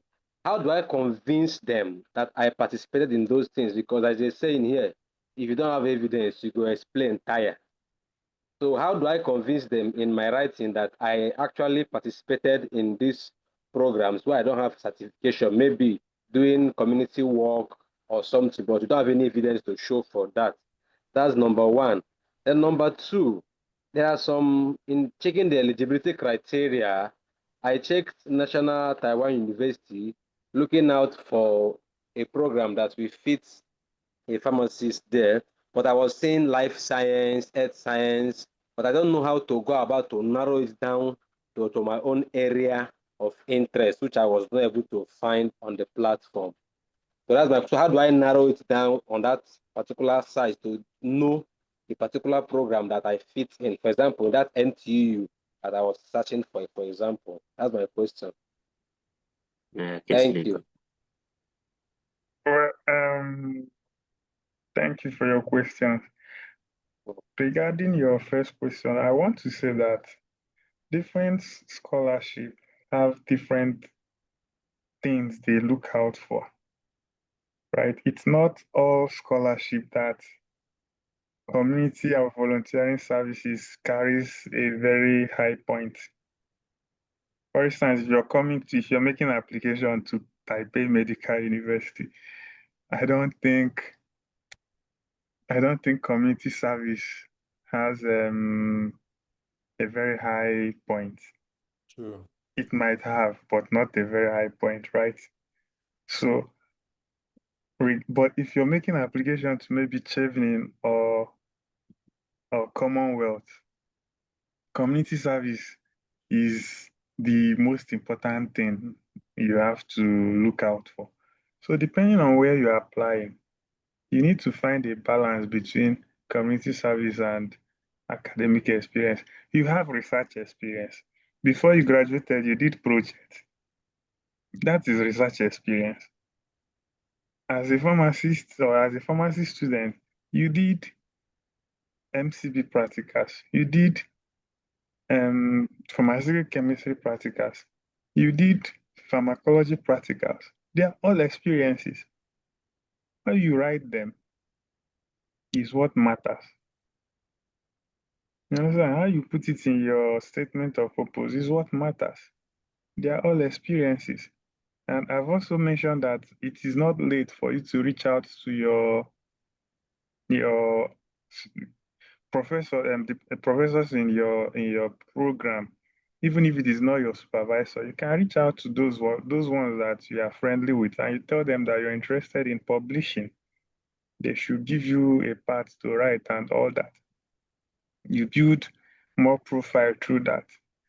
Then coming to your second question, you do not narrow search.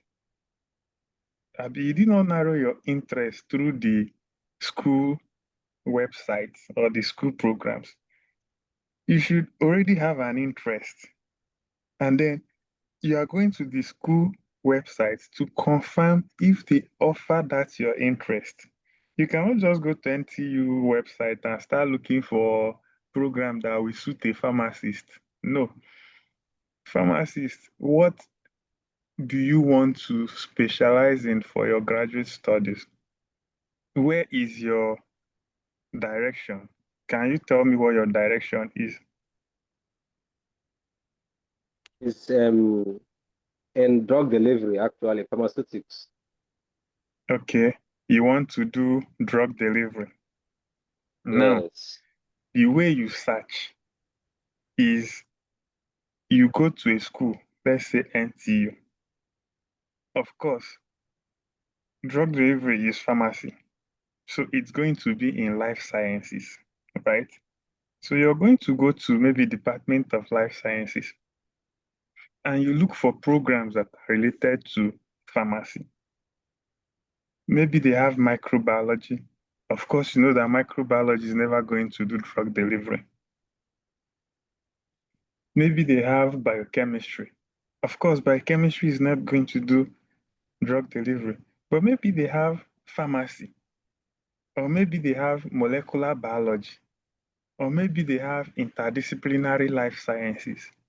Those ones are possibly going to do drug delivery. Another thing you can search for is through Google. You can say masters masters plus drug delivery plus Taiwan. If you want to be very, very specific with your drug delivery, you can say masters plus drug delivery plus Taiwan. You're going to see institutions that are offering programs related to drug delivery in Taiwan. Another thing I want to say is that science is interdisciplinary. You might want to do drug delivery, right? And maybe NTU is your target school. You might not really see a department specializing purely on drug delivery, but related department. Then go to that related department, maybe biochemistry. Go to their faculty profile and look at the research that the professors are doing. If you see a professor doing research on drug delivery in that department, you can apply. The only thing is that when you get there, your target is to work under that professor. You understand? So your target will now be to work under that professor. For instance, my program is cancer biology and drug discovery. One of my colleague from Nigeria, she came and she said she wants to do chemistry because she already did chemistry masters in Nigeria. But my program is cancer biology and drug discovery. Only one professor is doing drug discovery, chemistry. But she applied and she came. If she was looking for name, chemistry, she would not be here. You understand? So you need to narrow your search according to your interest and also be open to explore other departments that are not related by name to your interest. I hope you understand what I'm saying. Yes, thank you very much. Yeah, thank you, Kinsley, for that wonderful response. So please, I would like the responses to be kind of short so that more people will have the opportunity to direct them. I want to direct them to. I've been sharing this whole some thing. links on the. This whole thing that Kingsley have been saying, we have done it before. I've told you people to go and subscribe on our YouTube channel. You do not want. None of you here. How many of you here have subscribed? Just few. If you go to our YouTube, we've done on how to search for global opportunities. If you listen to this YouTube video, everything that Kingsley have been saying, how to be able to search for something, tailoring it to yourself, is there. Then for somebody who is asking about studying in Taiwan, MOE scholarship, I've done a webinar on this. If you go to our YouTube channel, you will see it there. So please, some of these questions, we've already talked about it. Thank you. Yeah. So it's important to note that you should subscribe to our various social media handle. Like for me, during the MOE application, I actually dug very deep and I saw some videos that Raphael did, even when he gave speech on the closing ceremony. Is it closing ceremony or a lot of? I followed those videos back to back when I was applying for the MOE. So subscribe to our social media handles. Yeah, thank you very much. If Oluwa Deborah, you can unmute and ask your question. Good evening, everyone. Thank you very much for this opportunity. Yeah, my question is that I graduated from human anatomy, and then after graduating, I got interested in cancer biology. And before graduating, I found out about computational biology. So immediately after graduation, I asked questions about how to how to combine the cancer biology and computational biology. And someone told me about computational drug discovery. And I found the lab where I can learn. And since then, I've been learning. But what happened is most of my publications they are still under review, they are not out yet. So I feel as a graduate of human anatomy, the only proof I can tender to show them that I actually claim to know what I know is the publication. But they are not out yet. So I want to ask if there are other ways, so am I still good to go in terms of applying to courses within that range? Thank you. Yeah, okay. So Raphael, we can answer. Well, that as long as you have made the most important thing is that you have the skills. You said you've been doing things in the lab, is whether you have the skills. These skills, you have to put it in your CV. Then secondly, for the publications, if they are under review, if you check, I don't know, if you check their CV that was shared, because I know it's very old. So if you check that CV that was shared on our platform, you see that there are some things that I have not yet done that I know that I will do. I'll have to put it there. I usually indicate mine in terms of in red. I don't know. I can't remember if there was a publication there, but I know that when I was working, there was a publication I recently had on glioblastoma. I put it under review. So you can just say under review, just maybe make it bold, then put the title. As long as it's under, then if you know the journal that is reviewing it, you can say under review by so and so, or under peer review by so and so journal. It's still something. So there's nothing else you could do outside saying it's under review. If there was, you would do that. So the only thing you can do is put it in your CV, then put your skills. If there are people who are interested in knowing if you truly have these skills, they will invite you for an interview and ask you questions. That's all I can say. Yeah. So Thank you, sir. another thing she can do is in her statement of purpose, she's going to start talking about how she went from anatomy to computational drug discovery. Say reason why she's transitioning. And then those projects you said they're under review. You can discuss the project, the rationale behind the project, your specific role in the project. What did you study in the project? What did you do in the project? What was your result? What is the wider view of the project? And then you end it with what you learned from the project. And then you say, my effort on this project has been compiled as a research paper that is currently under review. Simple. So if you're opportunity to go to an interview, they are going to ask you, so you said you did so tell us about what you did. And then you defend it. That's another thing to do, together with the one in your CV. It's very simple. Yeah. Thank you, Kinsley, for sharing. Okay. I think we have some questions in the chat. Ofo Onyebuchi asked, please, sir, can you throw more light on the Taipei Medical University alongside the MOE scholarship, how to go about its application opening and dates? This question is general. I don't know. You can get this answer online on Google, but you can answer. Check our YouTube, you'll find it there. If by the time you go to, because I studied in Taipei Medical, so I spoke a lot about Taipei Medical. So you can find it in YouTube. Yeah, you can find it on our YouTube. Then if you have any specific question, you can now bring it up.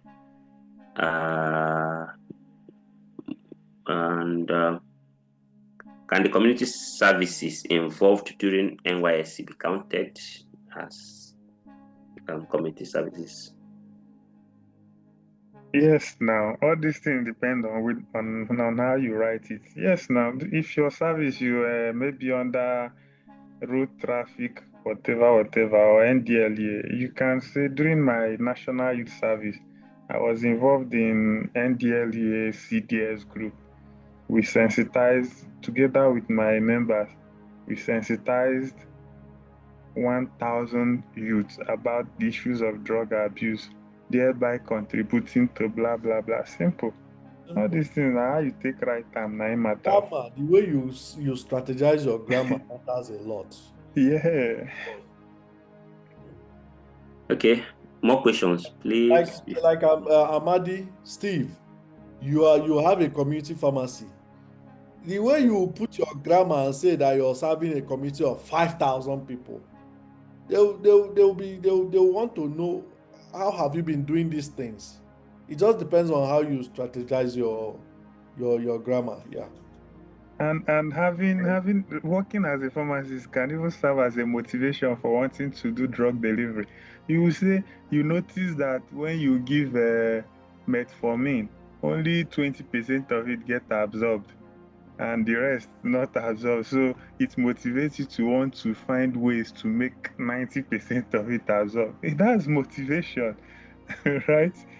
Yeah. So it's just to think it through. Think it. That's why you spend time thinking about your motivation letter. It's not something you wake up one just go into it. Okay, more questions, please, before we call it a day. Yeah, I believe our panelists, they did justice to all the questions and all. So, and I know we are good to go and we are pumped. We are motivated to want to start applying for scholarships, opportunities, graduate programs, and all. Yeah. So, I don't know if you have any question. 1, 2, 3, 4. No question. Okay, I believe we understood what was said during the course of the meeting. And yeah, final words from our mentors before we go. So Kinsley, you go first. No, I think Raf should conclude. Okay, wait, there's one question. Please, difference between volunteering and community service. It's a thin line. It's a thin line. Well, volunteering is more like you're not being paid. Community service too. You can be paid in community service, or you may not be paid in community service. So, but at the end of the day, also it depends. Like volunteer, you can be a volunteer working as a community service person. So there's just a very thin line between the both of them, in my perspective anyway. So what I would say is it depends on what you're doing. If you declare an interest to do something, let's say for instance now in our NGO, let's say you volunteer to do something for us.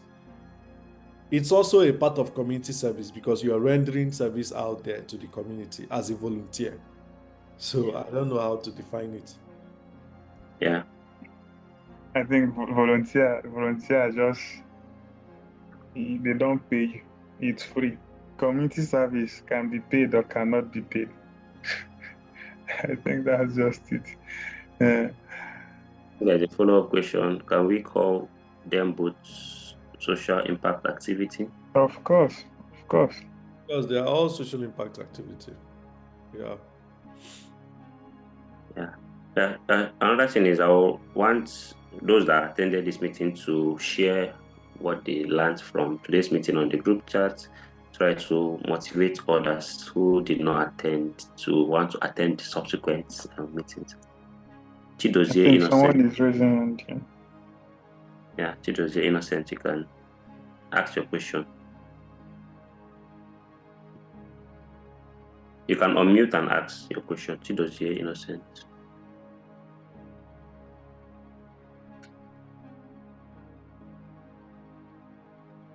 Yeah.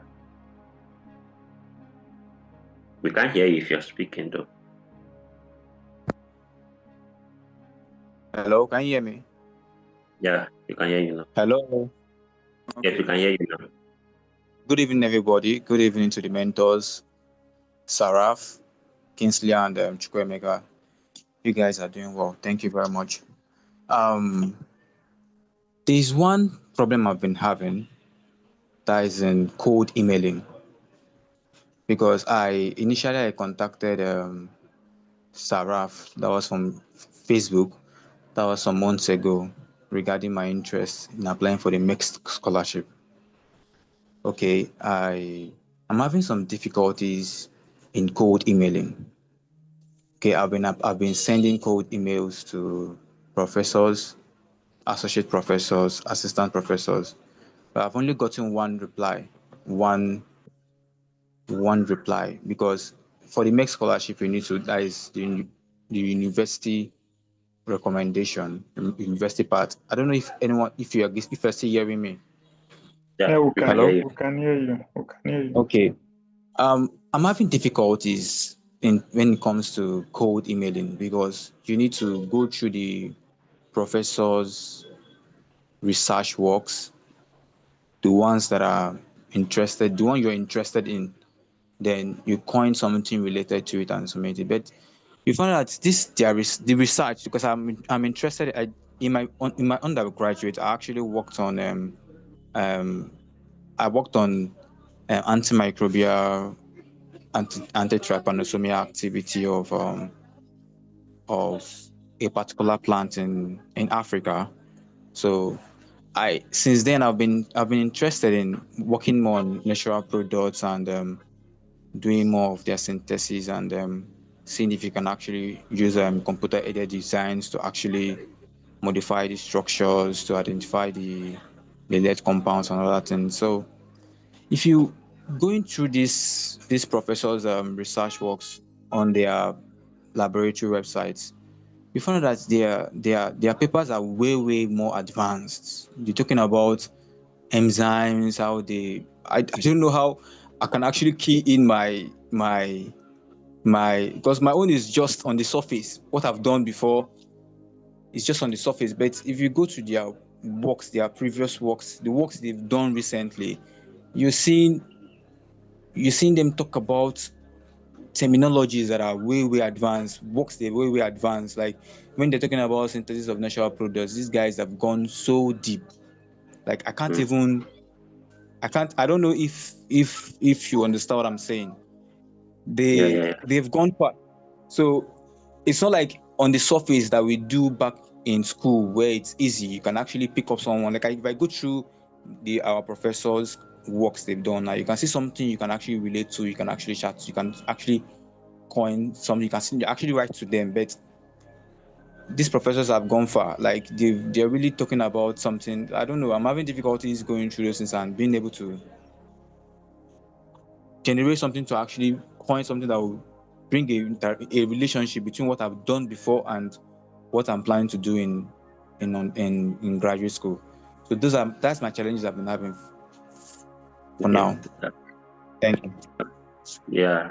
So let me just summarize the question. Your question is how to reach out to professor, or how to read professors' publications and coin your own interest in what they are doing. Yeah. Okay, so Kingsley, you can answer. For me, I think that's not a problem. It's not actually a problem. You don't need to understand the professor's papers or terminologies in his research before you can build your interest. Since your past experience is natural products and chemistry or something. Normally Nigeria is always anti this, antioxidant properties of this, anti-inflammatory properties of this. That's the normal thing with Nigeria, and you cannot change it. So I think what you will have to do is that among all those professors, when you read their papers, the professors in that your maybe broader area now, natural product chemistry or whatever, if you read professors under natural product chemistry, if there are 10 professors, I'm very sure that there will be one that you understand what he's doing more than the next person. If there are 10 professors, maybe the first one you clearly have more understanding of his research. You can pick interest in that one. And then you're writing a mail. You start with telling the person who you are, why you are emailing the person. And you say that you read or you went through his website or whatever, and you're interested in this so research that he's doing, you give maybe a reason or what drives your interest. I now said, in my previous experience, I did so work, and this inspires me, or these have given me so skills that I think can be translated into your lab. And you say, I'll be interested to speak with you. So don't even think that you're not getting replies because there's no connection. It's normal. You can send 1,000 cold mails and you get 5 replies. It's not disconnect between interest. And you don't need to understand the professor's research fully before you shoot your email. So just make sure that, oh, what this guy is doing is interesting, and I think that maybe I'll be able to do it. Forget about the terminologies. When you get there, you learn the terminologies too. So keep sending. You can send 1,000 and you get just 5 replies, even if your CGPA is 5.0 over 5.0. And the only way you can get a professor to supervise you is by trying to keep sending email. So keep sending. Don't mind all those things. Just form an interest. If you don't understand the paper, don't say, I read your paper. No, just say, I am interested in doing so research that you are doing, because in my previous experience, I applied so thing. Simple. That's what I feel. Even myself, I'm sending cold mails, I'm not receiving reply.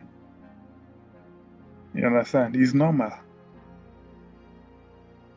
Yeah, it's normal actually. So, and also be, like put it, strategic in your emailing. Don't use the same email you sent to Mr. A for Mr. B, or Professor A to Professor B. These guys, especially if they're in the same program or the same institution, they communicate among themselves, they know each other, and they end up seeing you sending, you're interested in this person, interested in this person. Yeah. And if you don't understand their papers too, you can, the heading, the topic, you can understand the topic, you can also understand the abstract. So I think your challenge might be the methodology. Yeah. If you read the abstract and understand, you can just say something based on what you understood from the abstract. Why you cannot understand the whole paper completely is because we are not used to the sophisticated methodology they do over there. You understand? So that's why. The So best you have an opinion over a paper that you read that you did not do the research. Let me tell you, reading journals is not like reading a textbook because you were not there to do the research. The professors or researchers are only trying to give you an idea of what they did. Nobody is going to come and give you, if they start writing in detail the experiments people do for everything, it will not even be as small as that journal that you continue to read. So the best way to read is you try as much as possible to extract detail from the introduction to know what are they trying to do. Like, I mean, it will give you a background. Introduction will give you a background. Anybody could understand introduction if you take your time. Then when you read the introduction, then the abstract, just like Chukwemeka said, abstract will give you an idea of everything in summary that was done and even the result. But I like to always concentrate in the conclusion. The conclusion will tell you what these people did, what they think should be done, and what they think is impossible. It is from their conclusion that you'll be able to come up with your own mindset on when you're sending that code email. You'll be like, oh, from reading this your paper, I noticed that you did this. Was there a better sampling size that could be used? Could the results have been the same? I mean, there's just that conclusion will give you an idea of what to say. So you don't have to really methodology, of course. Like for instance, now I'm using Schrodinger for computational works. If you don't have Schrodinger in Nigeria, there's no way you understand what I'm doing. I'm doing peptide synthesis here, and I'm doing automated peptide synthesis. If you don't have that machine, nothing will make you understand. Even if you read the paper from A to Z, you will still not understand what I did. So that's just the whole point. yeah, Also, Okay. you can be strategic with the timing. Also, Chai, I think I saw it in the group the other time. The timing. I would advise if you want to send cold email, send Tuesday to Thursday in the morning. So be strategic with the timing. If you use Nigerian when they time, are going to arrive at their yeah, office. office, yeah. Yeah, that's why So you need to know what time for instance, now if I want to send somebody in Taiwan an email, I'll have to monitor when they will be able to get from their 9:30 a.m. to 10 a.m. I send because yeah, they are trying to check updates of what happened over the weekend. Mine will be at the yeah, front. So if they will yeah. dismiss it, but if they will read it, then you'll be among the first people that they will read their own. Yeah. So maybe we'll search the group, and also I think we have said one or two things about cold email. So we'll search the group and repost it again. Then you Yeah. see if there's anything you're doing wrongly. But if you're doing the correct things and you don't get reply, it's completely normal. Again, I just remembered you can use AI to read papers. You can actually use AI, ChatGPT. Just key it in and ask questions, maybe summarize it and tell you what the paper is all about and all that. Not to write the email, but to understand the paper. So if it is understanding the paper, that is your problem. But if it is the reply that is making you feel like you're not understanding the paper, forget it. It's normal. I sent cold email to all the professors in translational medicine, Taipei Medical University, and I got no reply. So it's normal. By the way, Asia is very good at not giving responses. So you just know. Professors in Asia, they are really not good at responding to their emails. Just in case. Yeah, and check also if you're using school website. I think they respond more to school websites than school email address than at gmail.com. Yeah.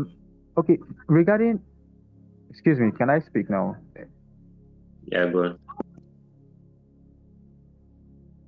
Hello? Yeah, we can hear you.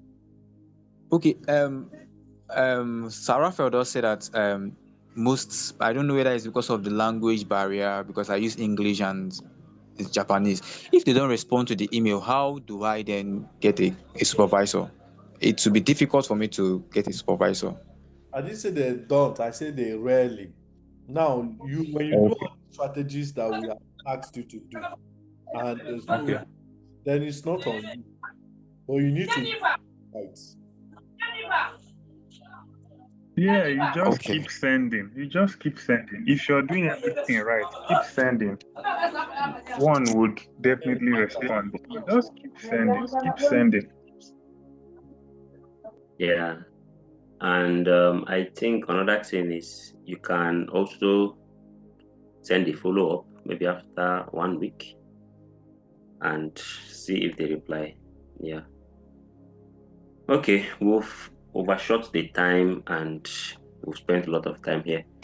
So I would like to thank everyone for making our time to attend today's meeting. We've learned a lot and also learned one or two too.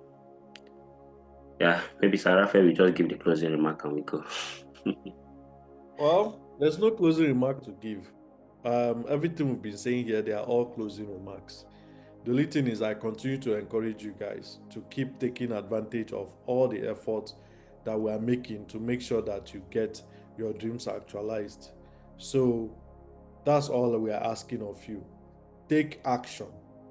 Don't relent. Not when you see opportunities that we share in the platform, all you need to do is to check. If you see that the requirement, oh, you meet this requirement, then start taking action. Don't just go and say, relax or waiting for somebody to spoon feed you. We only come in when we think you have taken an action and you cannot make heads, like you cannot make any headway. Then we now come in. Then we'll be giving you these things and tips and ideas and also recommendations. So to help you prepare. Let's say somebody now you have seen an opportunity and you are applying, but you've come up with a written statement of purpose, not draft. You have drafted and drafted and drafted and drafted, and and you don't think you're confident enough, send it to us. That's why we're here for reviewing. Then we will tell you, okay, look at what you're doing wrong. Oh. So that's all I can say at this point. Okay, And thank you. keep showing up. Yeah, thank you so much, everyone, for attending. Thank you, Kinsley, for your time. It's 1:21 a.m. and you're still here. And I can see you're still in the lab. Why would you not go home? Still in school. I mean, you sleep in the lab. No. There's no bed. I'll go home after now. It's All right. close. Okay, so good night, everyone.